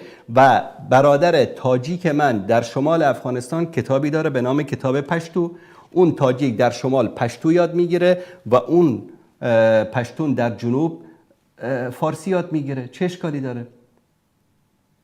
این علتش این است که افغانستان متاسفانه هنوز به یک توافق جمعی نرسیده. نه اتفاقا خیلی هم یک نمونه خیلی عالی است که باید ازش استفاده کرد. خیلی یک نمونه عالی است. دموکراسی بعد اروپا نه خیلی کی گفته کدوم دموکراسی اروپا و آمریکا؟ همین دموکراسی که امروز میلیون ها نفر مسلمان، ده ها هزار نفر در غزه به خاک و خون کشیده شده، دموکراسی و حقوق بشر آمریکا خفه خون گرفته، من اون رو معیار قرار بدم؟ زیر پام لهش میکنم. لعنت خدا و ملائکه و جن و انس به این دموکراسیشون. تشکر میکنم از شما برادر عزیز. در 30 ثانیه خلاصه بکنید صحبتاتون رو، چون که وقت برنامه به پایان رسیده. بفرمایید. ببینید در 30 ثانیه من خدمتتون میگم. یک، فدرالیسم در جهان نمونه بارزش آمریکا و اروپا، همشون یک زبان مشترک در نظام آموزشی دارن. دومین موردی هم هست که میخوام خدمتتون بگم اینه که این قضیه زبان فارسی زور نبوده، اتفاقا این به صورت طبیعی و ارگانیک طی 1000 سال جا افتاده. افغانستان هم آقای انصاری گروگان پشتوناست عزیزم، اسم قومشون رو گذاشتن رو کشورشون. ما حداقل فارس رو کردیم ایران که همه رو در بر بگیره، اینا هنوز افغان یعنی پشتون. تمام خراسان و ایرانی‌ها و فارس‌ها رو گروگان گرفتن. مخلص شما هستیم، ممنونم وقتی که به ما دادید. تشکر از شما.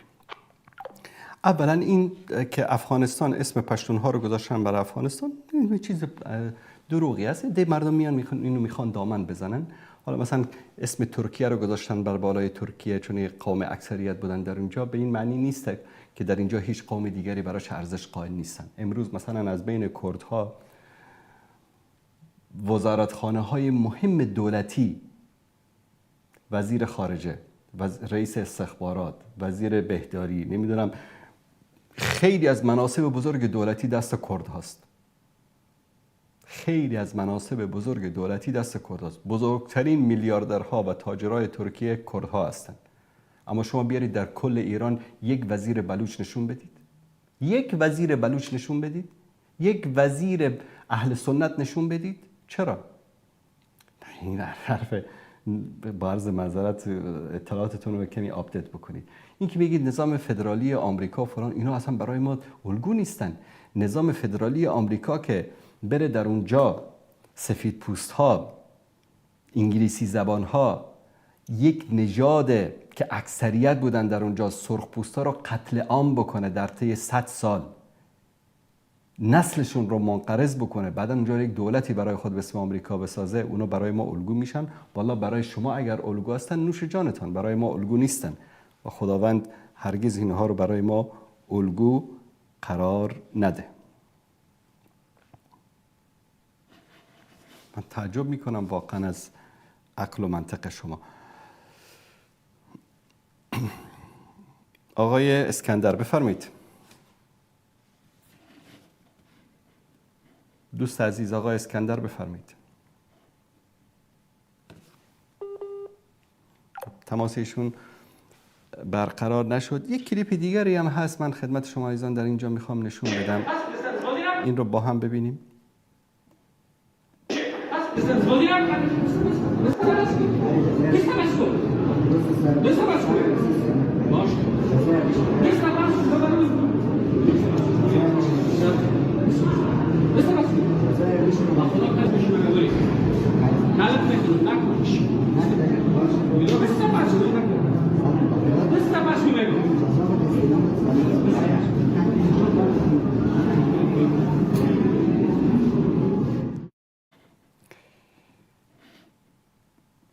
این کلیپ رو که دوستان فرستاده که در مدارس افغانستان موهای شاگردا رو به این شکل قیچی میکنن. اولا هر کلیپی که از کانال افغان اینترنشنال پخش شده باید با شک و شبه به اون نگاه کرد، چرا که اسم دقیق برای این کانال شیطان اینترنشنال است، نه افغانستان اینترنشنال، چون اینها با یک سیاست خاصی برای بدنام کردن، برای شایعه پراکنی، برای دروغگویی در افغانستان آمدن. چون در این صحنه می‌بینیم که خیلی شاگردای دیگری هم هستن که اونا موهای بلند دارن، اما از کنار این شاگرد رد میشن. اما این شاید به خاطر یک اشتباهی که انجام داده یا دلیل خاصی یا موش بی اندازه بلند بوده این قیچی گرفته، میخواد کوتاه بکنه. جدای از این گونه برخورد با شاگردان مدارس به هیچ عنوان، نه از نظر شرع، نه از نظر دین، نه از نظر اخلاق، نه از نظر اجتماع، نه از نظر تعلیم و تربیت جایز نیست. توهین کردن و تحقیر کردن به یک شاگرد در مقابل همکلاسانش، همسنفانش، در مقابل ویدیو، در مقابل کلیپی که حالا در وسایل سوشال مدیا اینها پخش بشه، به هیچ عنوان جایز نیست. از نگاه تربیتی این واقعا یک فاجعه است که یک استادی در کلاس بلند بشه و موی یک شاگرد رو در جلوی شاگرد دیگر به این شکل قیچی بزنه. این عمل یک عمل اشتباه است و این یک تصرف شخصی این فرد است که باید برخورد جدی دولت افغانستان با این شخص و با امثال این شخص بکنن. این از بیخردی یک معلم است که بیاد در جلوی شاگردان موی سر یک شاگردی رو به این شکل قیچی بکنه و او رو تحقیر بکنه و تمسخر بکنه. و این هم کلیپ بود که یک دوستان فرستاده بودن که پخشش بکنیم و در موردش صحبت بکنیم.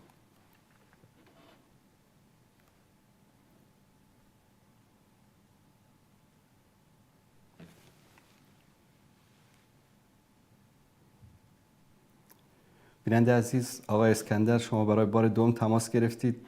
بفرمایید. سلام علیکم و رحمت الله و برکاته. علیکم السلام و رحمت الله و برکاته. استاد عزیز خسته نباشید. سلامت باشید برادر عزیز. استاد، ما از تاجیکستان یک سوال داشتم. بفرمایید. استاد، همین حکومت طاغوتی تاجیکستان برای شما معلوم البته، اگر ما بر ضد همین حکومت طاغوتی ظالم تاجیکستان با جنگ برخیزیم یا که کشته شویم یا که کسی را از حکومت تاجیکستان بکشیم، استاد حکم همین چی باشه؟ برادر عزیز، من قبلا در این مورد صحبت کرده بودم که این که انسان در مقابل یک حکومتی که حالا با او مخالفت داره، با او مشکل داره، بعضی از قوانینش، بعضی از اعمالی که انجام میده مخالف با قرآن و سنت و با احکام دین است، به این شکل بلند شدن، قیام کردن، جنگ کردن، این جایز نیست. این سبب ایجاد حرج و مرج میشه. ببینید مثلا الان شما برید در شهر خودتون مثلا بلند بشید 4 تا پلیس رو مثلا بکشید. خب همین پلیس ها کیا هستن؟ پسر عمه شما هستن، پسر دایی شما هستن، پسر خاله شما هستن، قوم خویش شما هستن، دور و نزدیک، به خاطر یک لقمه نانی رفتن در پلیس کار کردن. درست است یا نه؟ بله استاد. بله. الان شما بیاید اینا رو بکشید، چی میشه؟ دولت میاد شما رو میگیره میبره میندازه زندان. دولت میاد میبره شما رو میندازه زندان، برای تو مثلا 20 سال 30 سال زندانی میکشه. بعدش یک حرج و مرج و یک به اصطلاح گدودی در اون منطقه به وجود میاد. یعنی نتیجه این کار چی است؟ خیلی از جوانهای ما اعمالی انجام میدن بدون بررسی، بدون تفکر، بدون تعقل که نتیجه عکس داره. متوجه هستید؟ جنگ کردن، قیام کردن، جهاد کردن بر اساس فتوای علما، بر اساس یک نظم، بر اساس یک امیر، بر اساس یک اعمال سنجیده صورت میگیره. نه اینکه هر کس در هر گوشه بلند شه، هر کسی که پیش آمد بکشه بگه الله اکبر من جهاد میکنم. این سبب میشه که در یک جامعه ناامنی، حرج و مرج ایجاد بشه و وقتی که حرج و مرج ایجاد شد همه از این حرج و مرج سوء استفاده میکنن و بزرگترین ضرر به کی میرسه؟ به عموم مردم میرسه. مثلا در زمان جنگ‌های داخلی در تاجیکستان، درست است؟ در اون زمان به چقدر زنها تجاوز شد، چقدر خانه‌ها آتش کشیده شد. اکثر این اعمال رو کیا انجام میدادن؟ کسانی بودن که از این وضعیت سوء استفاده میکردن، از وضعیت جنگ سوء استفاده میکردن. خاصا در سالهای اول بعضی از این کمونیستا، بعضی از اقوامی که مثلا با تاجیکا دشمن بودن، می اومدن خانه‌هاشون آتش می‌زدن، تجاوز می‌کردن، مالشون رو غارت می‌کردن. چون در یک جامعه وقتی که شیرازه حکومت از هم پاشید، امنیت از هم پاشید، بعد هر کسی از هر فرصت استفاده میکنه به نفع خودش. به خاطر همین در این گونه مسائل نباید که با احساسات و با عواطف برخورد کرد. که مثلا امروز شما تصور بکنید مثلا تحریک کردن به یک جوان تاجیک، گفتن که برو در استانبول مثلا خودتو در یک کلیسای منفجر بکن که اونجا کافرها هستن، اونها رو میکشی، فلان میشه، این میشه. رفت یک جوان احمق این کارو کرد. نتیجه چه شد؟ آمریکا سقوط کرد، اسرائیل از بین رفت، کفار نابود شدن. این برنامه یعنی منظم این رو بررسی کرده بودن که با این کارشون به تاجیکا ضربه بزنن. چی شد؟ در ترکیه دهها بلکه صدها مدارس دینی تاجیکا بودن. تاجیکا آزادانه بدون ویزا می اومدن اینجا درس می‌خواندن، درس دینی می‌خواندن. همه اینا رو بستن. ویزا هم برای تاجیکا الان نمیدن. ورود تاجیکا هم ممنوع شده، غیر از این که باید ویزا بگیرد، روادید رسمی بگیرد. یعنی این کار احمقانه یک جوان آیا به ضرر تاجیکای دیندار تمام شد یا به نفعشون؟ به ضرر تمام شد. یا کاری که در روسیه صورت گرفت، مثلا 3 جوان رفتن همون کار رو کردن، به ضرر مسلمان های تاجیک در روسیه تمام شد یا به نفعشون؟ به ضرر چند میلیون.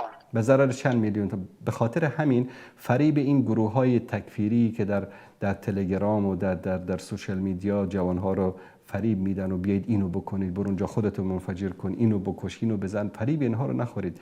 ما باید جامعه رو بسازیم، ما باید جامعه رو بیدار بکنیم، ما باید دینداری، سطح سواد دینی جامعه رو بالا ببریم. امروز به جایی که یک جوان دیندار تاجیک بره خودش رو منفجر بکنه، بکشه، بره یک کانال یوتیوب درست بکنه، مردم به سوی دین دعوت بکنه.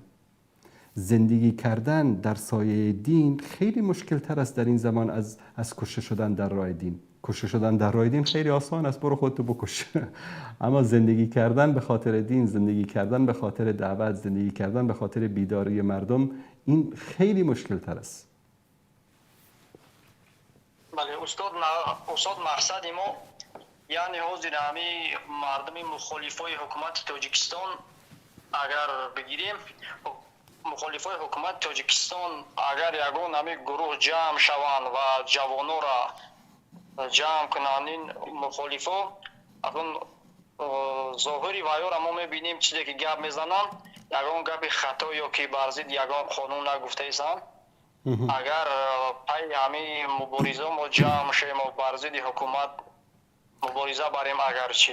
در این مورد هم قبلا من صحبت کردم. خیلی از این گروهایی که امروز به نام اپوزیسیون یا مخالفین دولت تاجیکستان هستند یک شلغم شوربایی درست کردن. شلغم شوربا رو میدانید؟ نه. شوربا، ما در افغانستان شوربا میگن، در ایران آبگوشت میگن، در تاجیکستان نمیدونم بهش چی میگن. یک غذایی هست مثلا کرتاش کرد، سبزی رد، شلغم، هر چیز.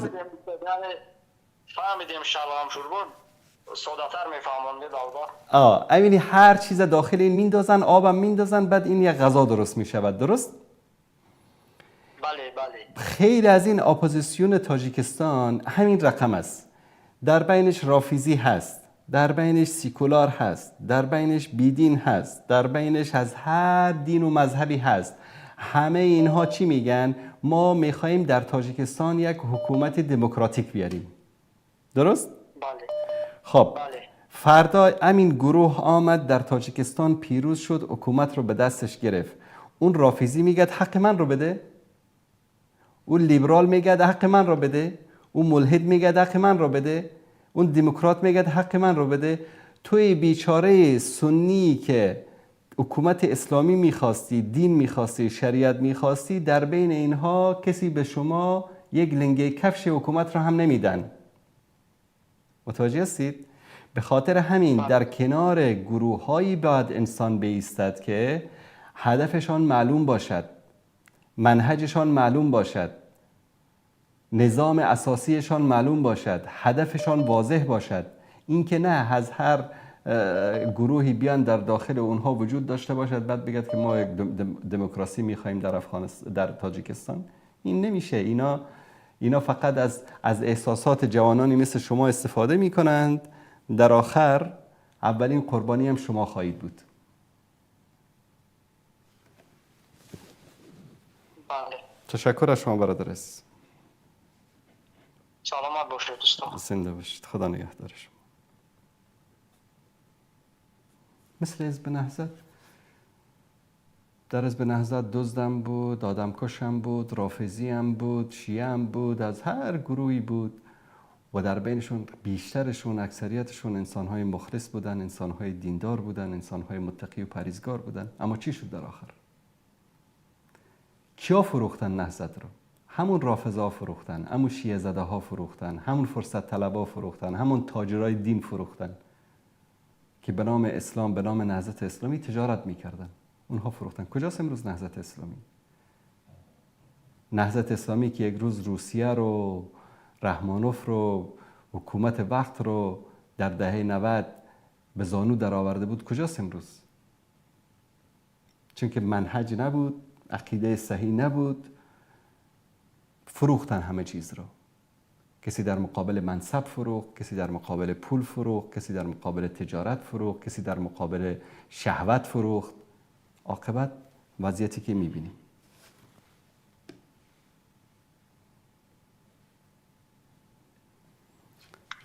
بله، سلام علیکم، بفرمایید. سلام علیکم و رحمت الله و برکاته جناب استاد بزرگوار. علیکم السلام و رحمت الله و برکاته. عکس خودتون عوض کردید؟ بله استاد، عکس عوض کردیم، لهجه رو عوض کردم استاد، مجبور شدم. مجبور که من عکس شما رو نشان بدم که دیگه عوض نکنید. عکس کدام بیچاره رو گذاشتید در واتساپ؟ دیگه خودمون رو فرار کنیم دیگه، نمیشه اینجا. این عکس کدام بیچاره رو میخواید به بلا بدید؟ عکس این رو گذاشتید در پروفایلتان؟ عکس مال خودم جناب استاد، مال خودم. الان دیگه به همین چیزا چی میدن، ارزش میدن، به سواد اینا ارزش نیست الان جناب استاد. خب الله مطالب کنه. بفرمایید برادر عزیز. جناب استاد خیلی خوشحالم دوباره برنامه ها رو لایو میبینم. تو رمضان فکر میکردم یه چیز رو گم کرده بودم، نگو که برنامه سالنساری بزرگوار بوده. سلامت باشید، زنده باشید. جناب استاد، یک موضوعی بود که همین روزا اتفاق افتاد برای یکی از دوستانمون که علیه روافض اینا فعالیت میکرد. بعد یک رافضی، یک حیوانی به اسم قنبر که اسمش مطمئنم شنیدین، بعد این میاد با طرف بحث داره. بعد این اهل سنت میگه قنبر رینون، بعد این میره مستقیم به زن اون حمله میکنه، میگه این عکس ناموسته. خب طرف میگه که آقا من قبلا آتیست بودم، این عکسا مال اون زمانه، الان مسلمان شدم راهم پیدا کردم. بعد طرف اصلا خیلی براش بی ارزشه، میگه نه این عکس فلان تا عکس فلان. در این مورد چه صحبت دارین استاد؟ بعد میپرزیم به دیگه مورد. والا برای یک رافضی مثل قنبر یا مانند قنبر، برای او فرق نمیکنه که شما یهودی شوید، نصرانی شوید، کمونیست شوید، بیدین شوید، هر چی که شوید، المهم مسلمان سنی نباشید. بله. والا چی بگم، این خیلی به خودمون حتی برگشت که میاد مرد، هر کی یک اساسی پیش خودش داره. مرد اونی که با مرد طرفه، نه این که تو مثل یک نامرد، مثل یک بزدل بدی به ناموس اون حمله کنی. این کار خیلی اشتباهی و من خودم در جستجوی این رافضی هستم که با خودم بکشمش به بس انشالله. این از عادات اینا هست که توهین کردن، اهانت کردن، فحش دادن جزء فضائل اعمال هست در دین اینها. متوجه شد؟ فضائل اعمال. بله. فضائل اعمالی. استاد بزرگوار، یک موضوعی دیگه شما ماشاءالله فالوورتون خیلی بیشتره، پیروان اینا خیلی زیادتر دارین. یک موضوعی شریک کنیم با همه جوانان، تاجیکستان، افغانستان و ایران، اهل سنت. خواهشاً از اینا خواهش بکنیم که با کسانی همچون قنبر اینا بدون علم نرن تو بحث. اینا هم خودشون میزنن نابود میکنن، هم یک چیز دیگه رو علمیت ندارن. نداری عزیزم نرو به بس، اصلا تو لایو یک آشغالای همچون اینا اشتراک نکن. دقیقاً. من بارها گفتم به دوستان که این کارو نکنید. ولی چون که بحث و مناظره کردن این یک فن است و وقتی که کسی که اهل فن نباشه نباید این کارو بکنه. بدون شک، بدون علمیت که نمیشه جناب استاد. دست خالی مگه میشه به جنگ رفت؟ نمیشه دست خالی به جنگ رفت. درست. جناب استاد، من در یک مورد معلومان میخواستم. این عباسی ها، فقط کوتاه بیان کنید که اینو انشالله کلیپ کنم نشر بدم. عباسی ها کی هستن، از کجا شروع شدن و نماز اهل سنت حنفی و اینا پشت امام عباسی قابل قبول هست یا نه؟ باش، چشم، در این مورد صحبت میکنم. خب پس من سوال بعدی رو بپرسم جناب استاد، معذورتون مرخص بشم. بفرمایید. یکی از دوستانی که میگفت که ادعا داشت که تازه اهل سنت شده بود، از ایران هم بود، تازه اهل سنت شده بود. بعد میگفت این حدیثی که اومده پیامبر میخواسته وصیت بنویسه، حضرت عمر دستشو گرفته نذاشته، بعد یک بحثی شده که نمیدونم چی به چی. خب من بین دلایل خیلی آوردم، مثلا علما میگن که اون امر واجبی نبود، که اگه واجب میبود خلاف نبوت پیامبر زیر سوال میرفت. امر واجبی نبود. بهش آوردم ولی بازم قبول نمیکرد. میگم نه چرا نباید این نوشته بشه؟ یا پیامبر چی میخواست اینجا بگه؟ این موضوع رو روشن کنید. اینم کلیپ میسازم استاد بزرگوار. نش میدم خواهشم کوتاه و خیلی. اما این رو اجازه بدید که این سوال دومتون رو در برنامه آن روی سکه روز سه‌شنبه پاسخ بدم، چون الان وقت برنامه به پایان رسیده، فقط 5 دقیقه وقت داریم. اما سوالتون رو سوال اولتون رو پاسخ خواهم داد ان شاء الله. فقط یادتون نره استاد بزرگوارم. چشم. حتما ان شاء الله. خیلی ممنون جناب استاد. خوشحال شدم دوباره صدای قشنگتون رو شنیدم. ان شاء الله که سر حال باشید استاد بزرگوار. السلام علیکم و رحمت الله. علیکم السلام و رحمت الله و برکاته. فرقه اباضی یکی از فرق گمراه است که افکارشون افکار خوارج است. همونطوری که خیلی از فرقه های دیگری که بودن در طول تاریخ متمدن شدن، پیشرفت کردن. امروز یعنی یک نوع به اصطلاح در بیان اعتقاداتشون یک سری ادبیات خاص و ویژه‌ای رو استفاده میکنن. اما از نگاه شرعی فرقه اباضی یکی از فرقه‌های خوارج است، یک فرقه گمراه است و نماز خواندن پشت اینها جایز نیست، چون اینها حتی از صحابه، از بزرگان صحابه اینها رو تکفیر میکنن. به خاطر همین جایز نیست که امام جماعت از پیروان مذهب اباضی باشد.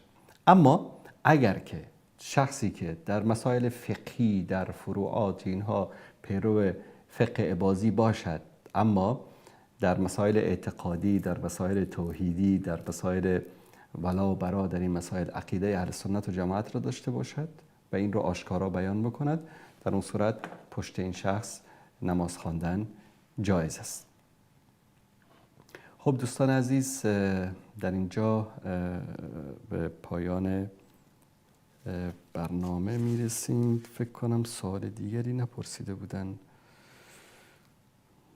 دوست عزیزمون. نه. تا فرصت دیگر و تا برنامه دیگر که باز هم با شما عزیزان همراه خواهیم بود، همه تان را به پروردگار متعال میسپارم.